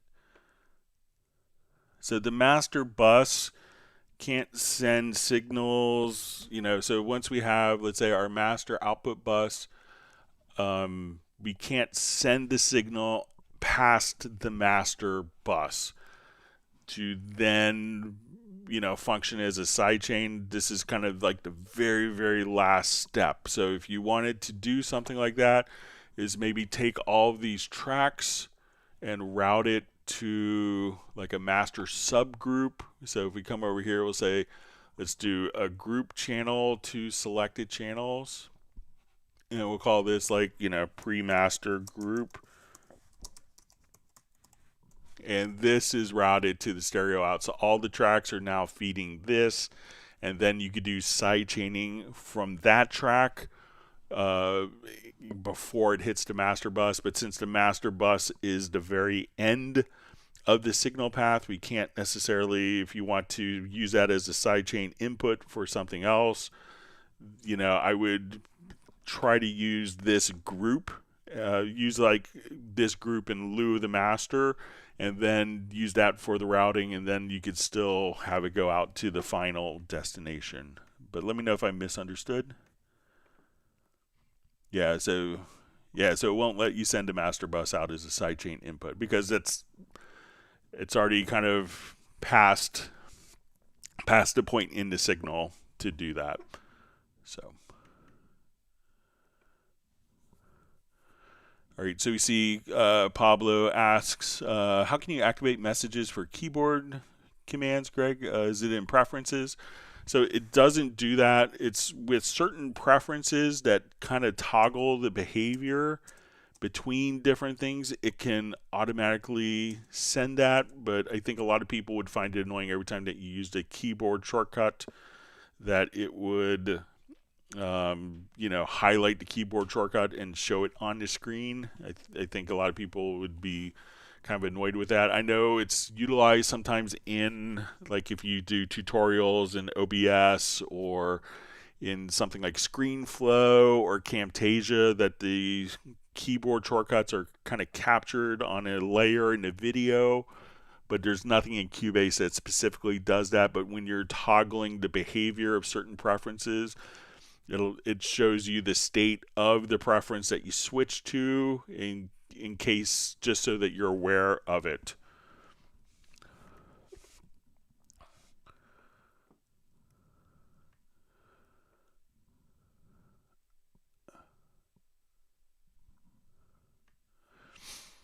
All right, so we see from Burnt Furberg, I want to make a harmony out of my lead vocal. My main problem is when doubling a copy and changing the pitch. Within Cubase, it changes the pitch of the original vocal. Why is that? When you're doing that, what it's doing is you're taking the same track, the same file. So if I duplicate my lead vocal on this particular track, so I come here, I say, let's duplicate the track. All right, so right now, when we do this, these will be the same two different tracks, but it's referencing the same audio file. So it's playing back the same thing. So if I make a change in one, it's going to change the other. Now there's a preference, and this is one of those little boxes that pops up and you say, don't show me that box again. And what this preference will allow you to do, if you go to editing, to audio, you could say on processing shared clip, you could say create new version. So if you have that selected, then when we make a change, it's going to create a new version of the audio file, and that way the two files are separate. What I generally do is, a lot of times if I'm duplicating something to do harmonies like we showed earlier, is I'll just go to audio and we will bounce selection. And as we bounce selection, I'll say, let's replace. This is a new, separate, distinct audio file. Because if you just duplicate the tracks, both tracks are referencing the same audio file. So if you do a change in one audio track, the file is changed in both because they're both playing back the same audio file. So.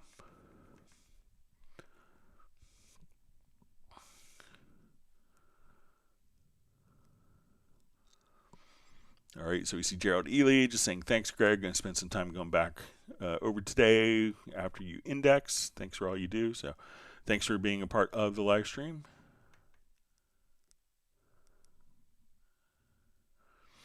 Or we see Burnt just says, or better, can you show me how to make a harmony out of a lead vocal, which is made out of pitch correction within Cubase? All right, so if we do this, let's say I have like chord, something that could derive the chord information. So I have, in this example, a piano part. So whether it's a piano part or like in a guitar recording, we could drag the files to a chord track and figure out what the chords are. Now that we know what the chords are, I could just come and say, okay, I want to do a harmony.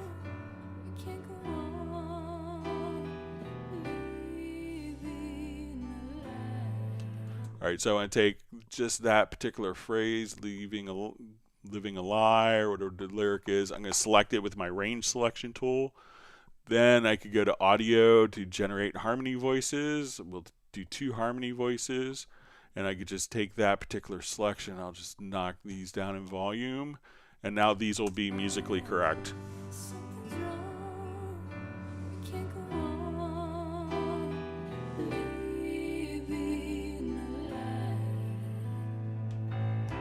And that's a way you could do it kind of automatically. But, you know, either way will work. I prefer that method personally. So.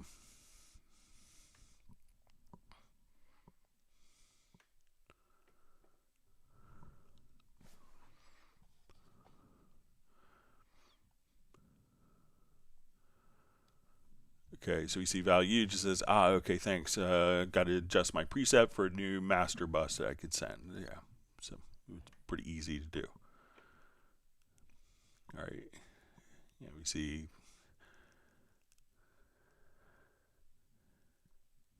All right. All right, so we see, hi Greg, I have the CC121 controller and it doesn't work with my SSL plugins, Channel Strip and Bus Comp. Is there a way to make it work? So generally if it's the AI knob, which I assume is what you're working on, so if you have an AI knob, you know, what that's going to do for any plugin that's on a particular function, we could come over here and hover over the parameter, and just like you would often adjust with like a mouse scroll wheel for different parameters, that's what the AI knob does. So if, you know, the vast majority of plugins will allow you to adjust for the, you know, so that in lieu of a mouse control, like your mouse scroll wheel to change values, what it'll do, you could use the AI knob to do that. So if the plugin doesn't support that, which is a pretty basic function, you know, it's really up to the plugin developer to do mouse control. And, you know, basically SSL, we won't say they stole the idea, but, you know, they're very inspired to implement the same thing on their control surfaces where it works like an AI knob by doing mouse control. So if it, you know, so you would think that their plugins would automatically work with mouse controls, considering their controllers are designed to do that. So it would be up to SSL to make sure that that is compatible. And because if you can't come over here and control the parameters with your mouse, then there's nothing we could do. SSL would have to implement that, and I think it would be pretty easy. I'm not a software developer, but it kind of seems like a given in most plugin environments today.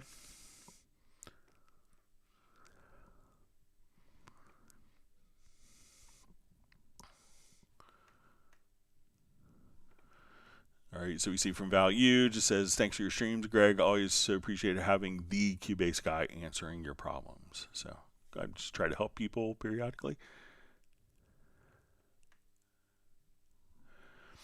All right. So we see from Doug O. Question. Hi, Greg. Is it possible to enlarge the view in the in-place editor? Control-Shift-I. I see all octaves. It's really microscopic to work with. Okay, so the trick, what you could do, and you can do this in the main editor too. So let's go to our in-place editor. If you're not familiar with it, we could basically have the MIDI editor on the project window. So we could select an event here, hit Control Shift I. Let me just open this up here real quick. Not sure why it's. Let me just switch my mix console.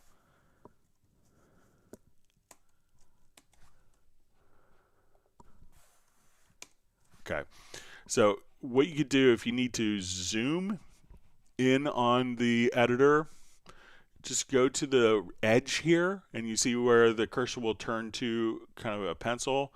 Then you could zoom vertically just by holding down the mouse button. So once you see it turn to almost like a compass, like north, south, east, west, hold down the left mouse button and you could move it to the right to zoom in, or move it to the left to zoom out. So give that a try, and then you could hit Command-Shift-I to close it again once the track is selected.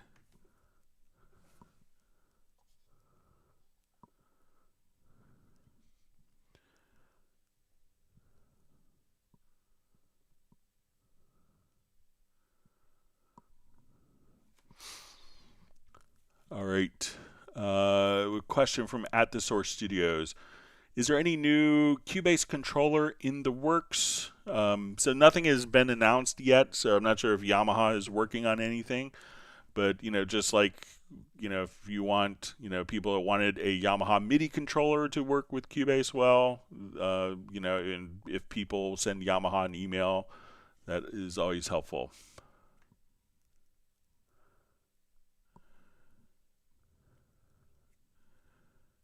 Okay, so Duggo asks, and is there a way to set a default MIDI controller on instrument tracks, or do they have to be selected each time? Thanks for the information. It's much appreciated. So generally, the default will be all MIDI inputs. But when you go to like add an instrument track, the default will be set to all MIDI inputs. You could choose, if we come over to, let's say, our studio menu to studio setup, and we choose our MIDI port setup. At this point, if you didn't want a particular controller to be the default controller, you could choose for it not to be listed, or if you uncheck in all MIDI inputs, then it won't be passing MIDI. So if you have like a control surface that you don't want playing notes when you hit plus and minus, you could uncheck in all MIDI inputs, and then that way just a particular MIDI controller could be set by default. See, Pablo just says love that compressor. So yeah, there's a lot of great compressors that come with Cubase.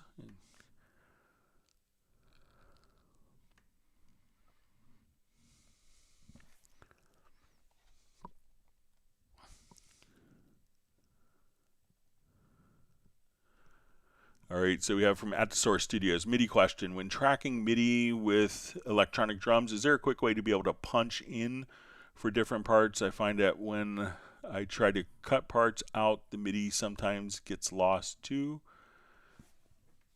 All right, so let me just set up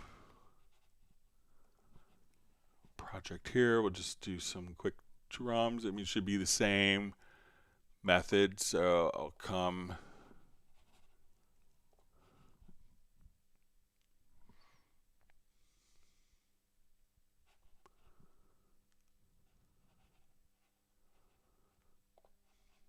Okay, so let's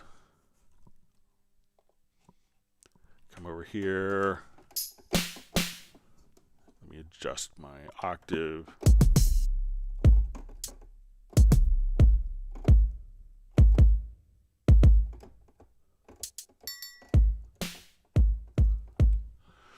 All right, so let's say I'm recording drums.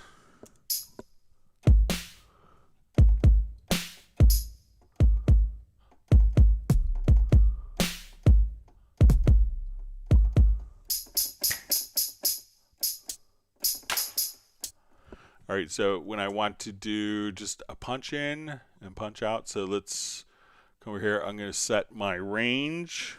So let's say now it could be based on different MIDI record modes. So you could say let's do new parts, or when you're doing, you could choose mix or overwrite. So there's different MIDI recording options.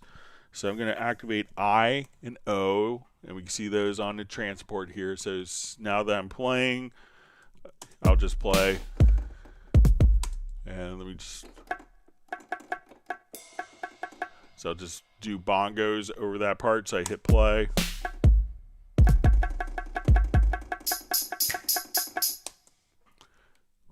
All right, and now, all right, let me just see if it went into record. Hang on. Okay, let me.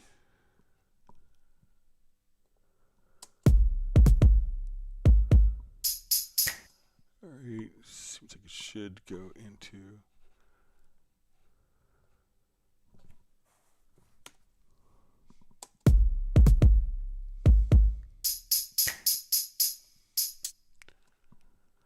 All right, so I'll just do a manual punch in here. Sorry, so I'm just gonna play that note and replace.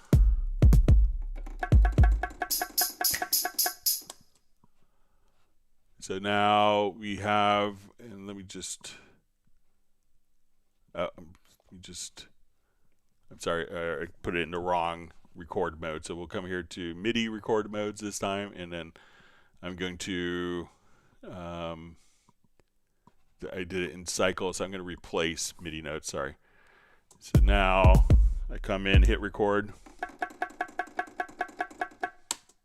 and everything is there. So that's where I hit record.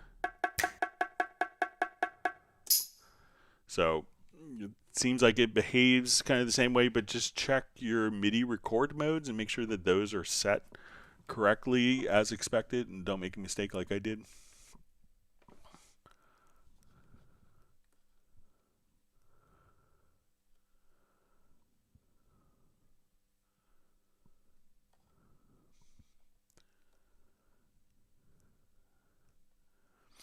Okay. Right, reading through. All right, so Pablo's going to come to Texas and steal Michael Team's CC-121. All right.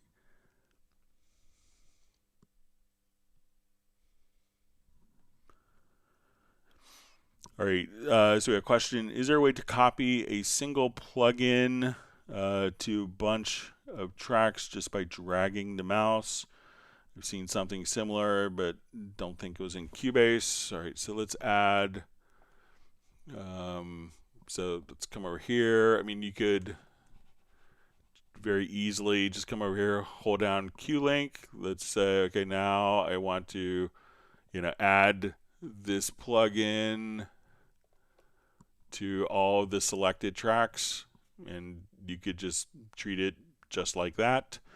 And then if you wanted to make adjustments, so let's say, okay, now I come here, I adjust it, the value to, let's say, dotted quarter notes, and as we look at all of our other settings, we could adjust the values of 1, and once we have the Q-Link enabled, it's going to adjust those values for all of the 1s. So, you can do it very easily with Q-Link. So let me know if that will work for you at the Source Studios.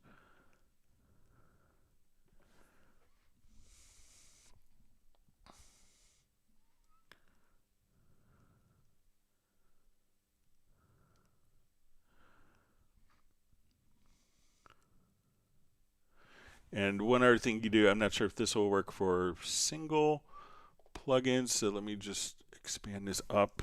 I'll undo.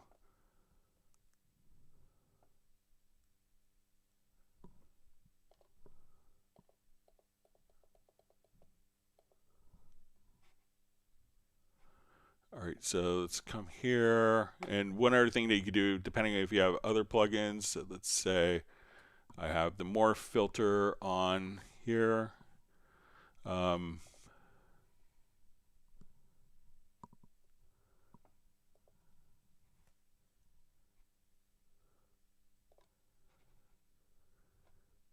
right, so one of the things you could do is, like, if I want to take these settings, we could say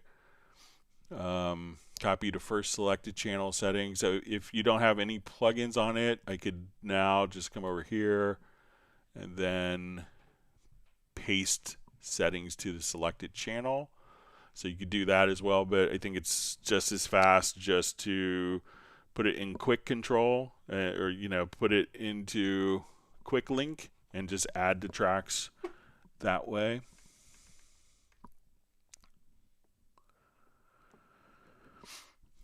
Okay, so a question. With the CC121, is there a way to assign quick controls to all 12 knobs on the EQ section instead of the normal 8 allowed? So there's only 8 quick controls.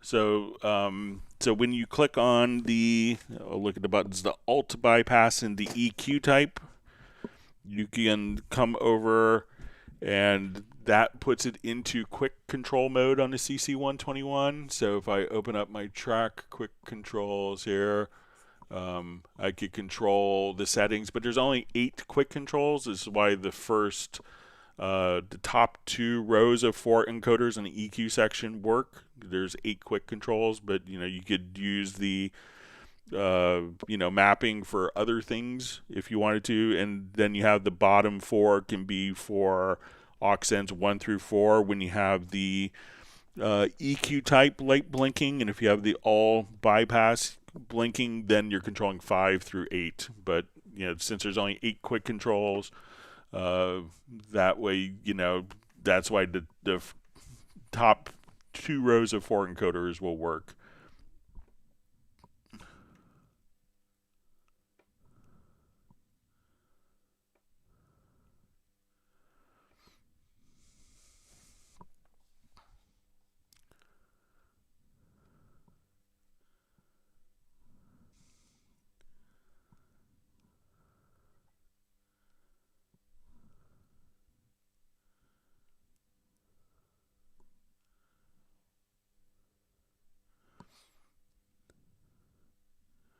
Okay, so you see Pablo is stuck with his Frontier Alpha track in lieu of his CC121.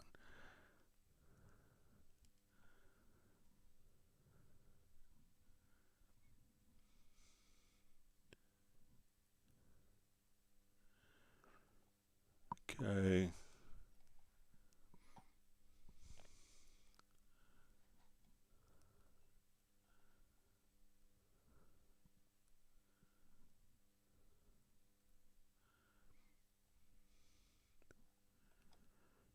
Okay, we see Pablo can't live without Q-Link.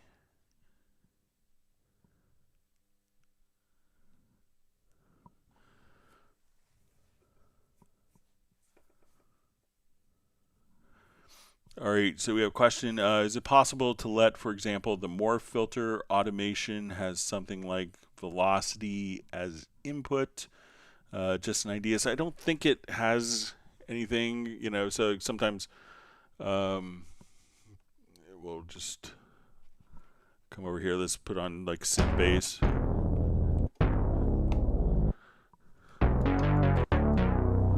All right, so I'll come and let's put the morphing filter on this.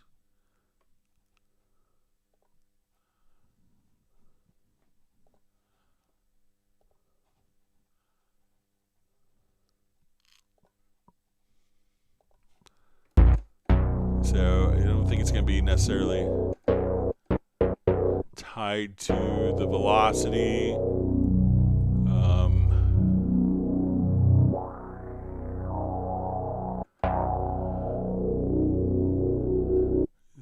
But you might be able to, like, let's say,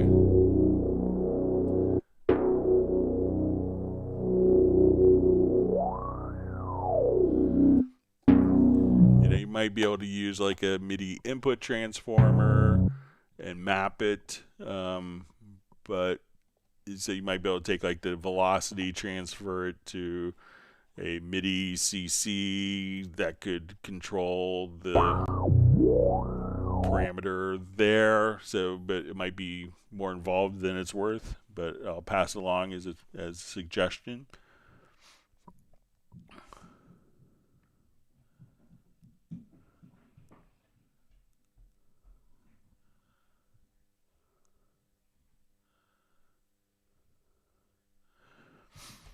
Okay, so we see from at Source Studios, when using the section above the main tracks, the section opens with the top right splash thing. It looks like an amount of tracks to the top. Is there a way to lock the amount of tracks allowed?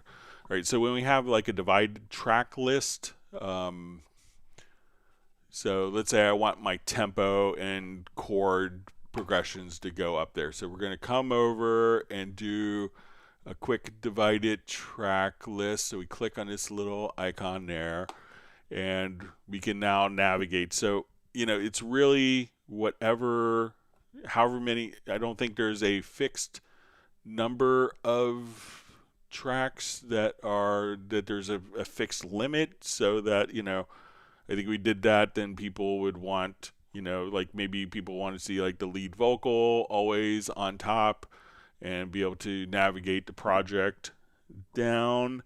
So I don't think, it's whatever you manually put in it, and you could drag a track. So say, oh, I don't want the sampler track here. I could just drag it to the lower zone or drag it to the upper zone. So it's really kind of whatever you put into it. So there isn't, I don't think, a fixed limitation. I mean, for practical use, people tend not to put in like, 100 tracks up top, but I don't think that it's restricted.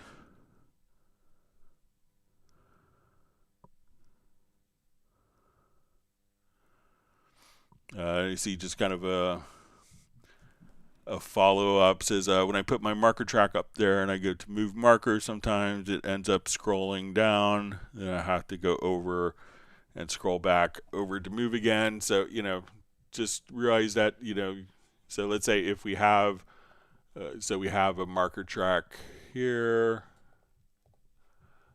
transpose track. Let me just add a marker track in here.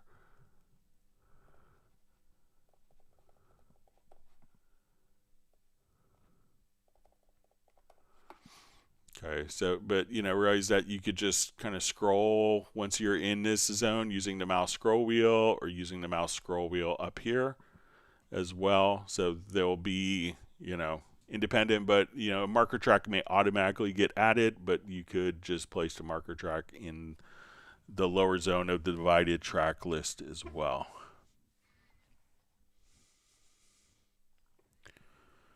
All right, so we see value just as a MIDI input transformer. I'll try that.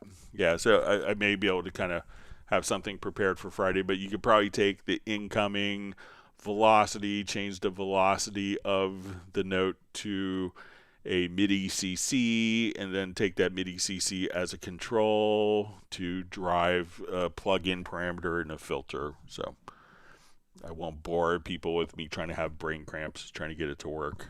But I'll work, if you want to send me an email to clubcubase@steinberg.de, be happy to kind of play around with it if you want me to.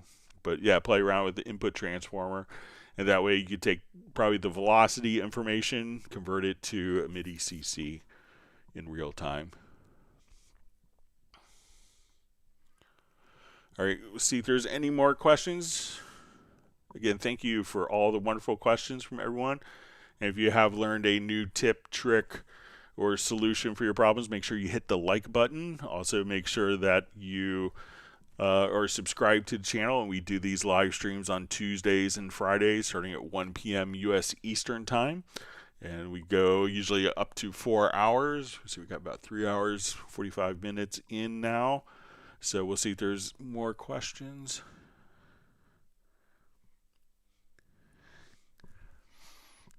Pablo says he wants to have a brain cramp plugin in Cubase 13, or 14. So, all right. So, at the Source Studios asks, is there a way to change the color of multiple tracks at once? Okay. Yeah. So let's show you how to do that. All right. So say I want to take all of these tracks here and change. So I'm going to select the tracks. All right, and I'm just going to go to my color tool, and let's switch to the color tool, select the color, and now let's make sure I'm in the right zone. I'll just show from scratch here.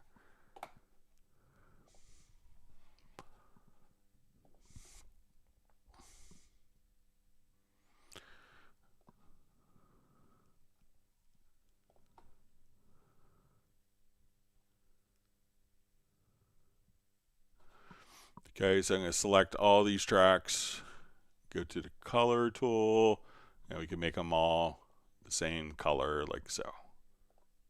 So if you want it like these tracks to be the same different colors, select the color tool. It's easy as that. So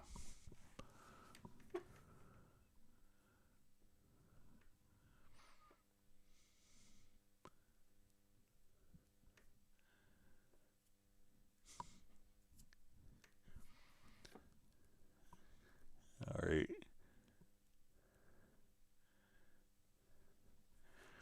All right, so we see JVI just says he needs to tuck in his adorable monsters. Thank you for another fantastic stream. So I understand the getting your kids to bed on time. That'll be my dilemma in about 5 hours. So.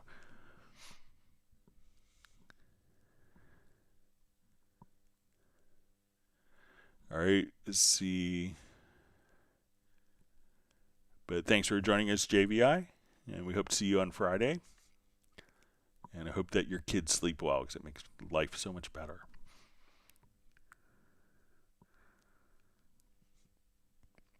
All right, we'll just wait till there's any more questions that trickle in. If not, we'll wrap up just a little bit early.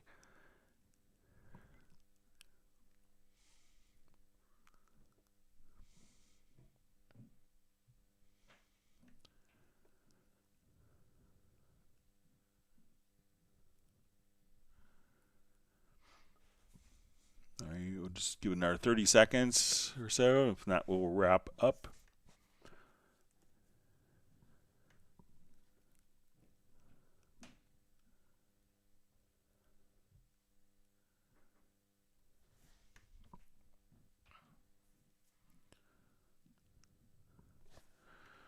All right, well, I think we are, let's see, we just saw a question.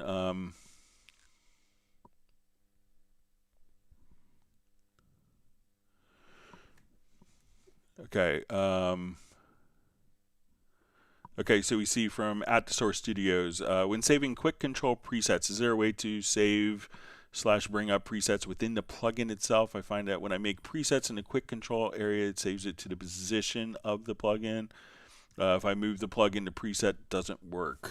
All right, so let's go ahead and show you how to do that. So let's come over to, I'll just go to my inserts here. So now in Cubase 12, there's a thing called Focus Quick Controls. So I'm going to just switch my MIDI remote over here to do Focus Quick Controls. Sorry, let me just switch my mapping page here. All right, so we have it set to Focus Quick Control. So my knobs here are Focus Quick Controls. So when we go to open up a particular plugin, let's get to an insert and let's go to maybe our vintage compressor. All right, so let's say I want, I'll do something with some more parameters on it. Let's go to Squasher. Okay, so what we want to do is, you can see that you have like a quick control setting up here, so QC. So we turn that on.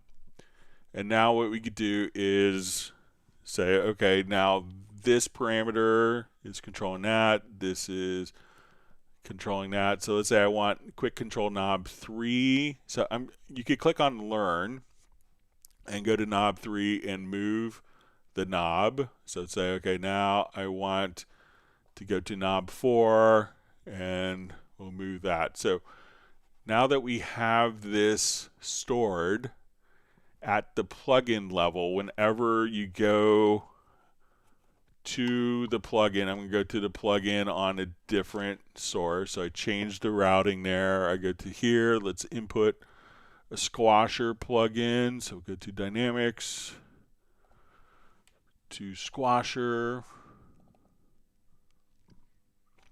That is now stored. The Focus Quick Controls are now stored at the plugin level. I go to my third knob, it's controlling that. So, but you could now just come over here and store these quick controls, and then once you do that, you could lock the quick control stats. So when you come to another plugin, that those settings are going to be set for at the plugin level.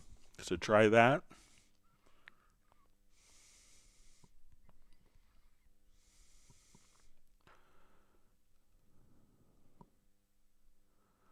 All right, so we see value has to head out. We'll see you on Friday. Thanks for joining us.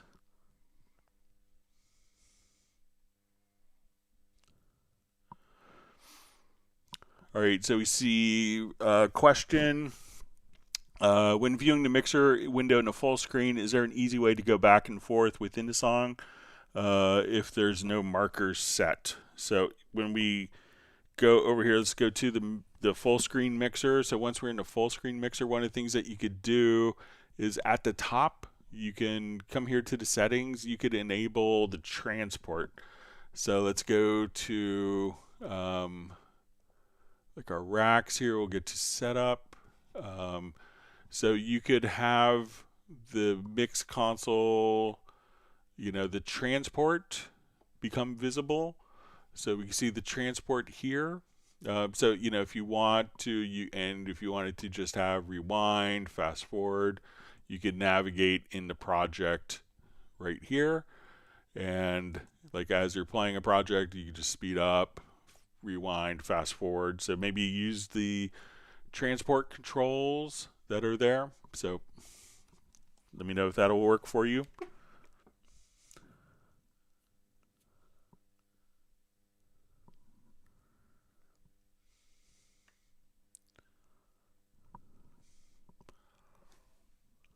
All right.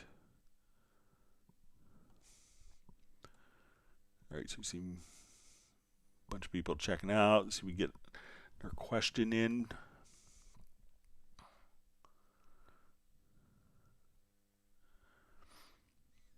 All right. So we have from Steinberg Rookie. I have a strummed guitar performance. I want to know how to apply the positioning of that MIDI data to where I can strum notes in, and the notes are placed exactly like the groove I extracted. So really all you have to do is, let's say, if you have a MIDI part,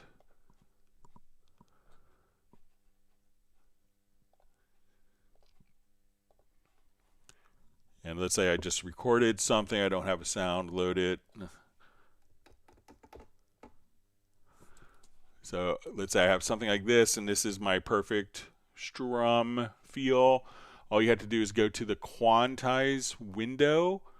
So we'll come right over here to the quantize panel. Let's just see if it's maybe changed around. So if you go to edit, and let's go to quantize panel, you can just drag this particular event in, and then it will start. And let me just crop the beginning of that. All right, so just drag the event in, and then you could have that stored as a groove quantize preset.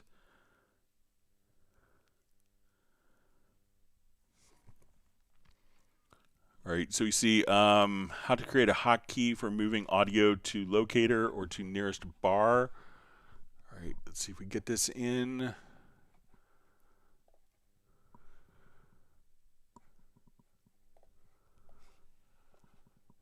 All right, so I'm here. Let's just, I think if we go to,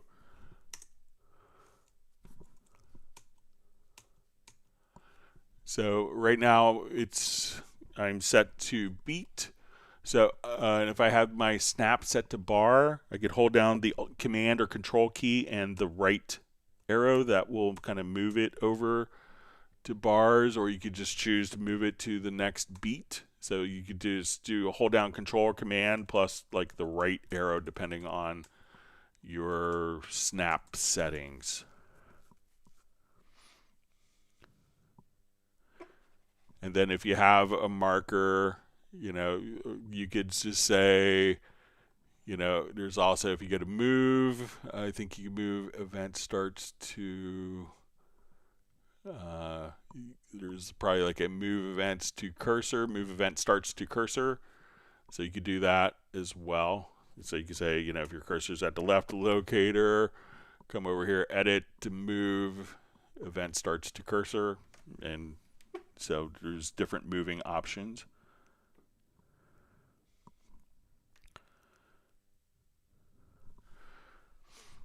All right, so we see from Add Source Studio, sometimes when I have my Launch Key Mini plugged in, it randomly changes what track I'm on in the project. It aggravates me, so just unplug it until I have to use it. Is there a way to make it stop?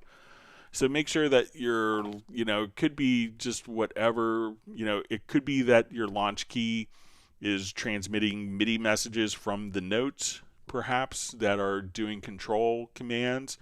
So when you go to like your studio setup, if you have it set up, I'm not sure if it's connected via like a generic remote. Make sure that you have the MIDI connections here for the for the control port.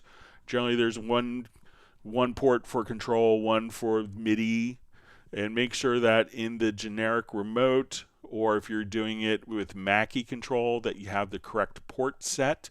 And also, if you're doing it in the MIDI remote, when you set up the MIDI remote device, make sure that the correct port is set here as well. So it's not, so when you're using the MIDI ports, that it's actually looking and communicating with the correct port.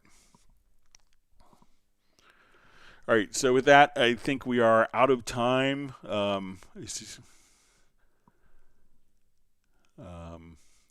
But I want to thank everyone for all the great questions. We'll be back on Friday. Doug O, I'll see if I could copy your question and do it for Friday's live stream, or if you want to email me so we get that in. But everyone, please stay safe and healthy. Thanks for spending your morning, evening, afternoon learning more about Cubase, and we'll see everyone back on Friday. Thank you, and have a wonderful day, evening. Take care. Goodbye.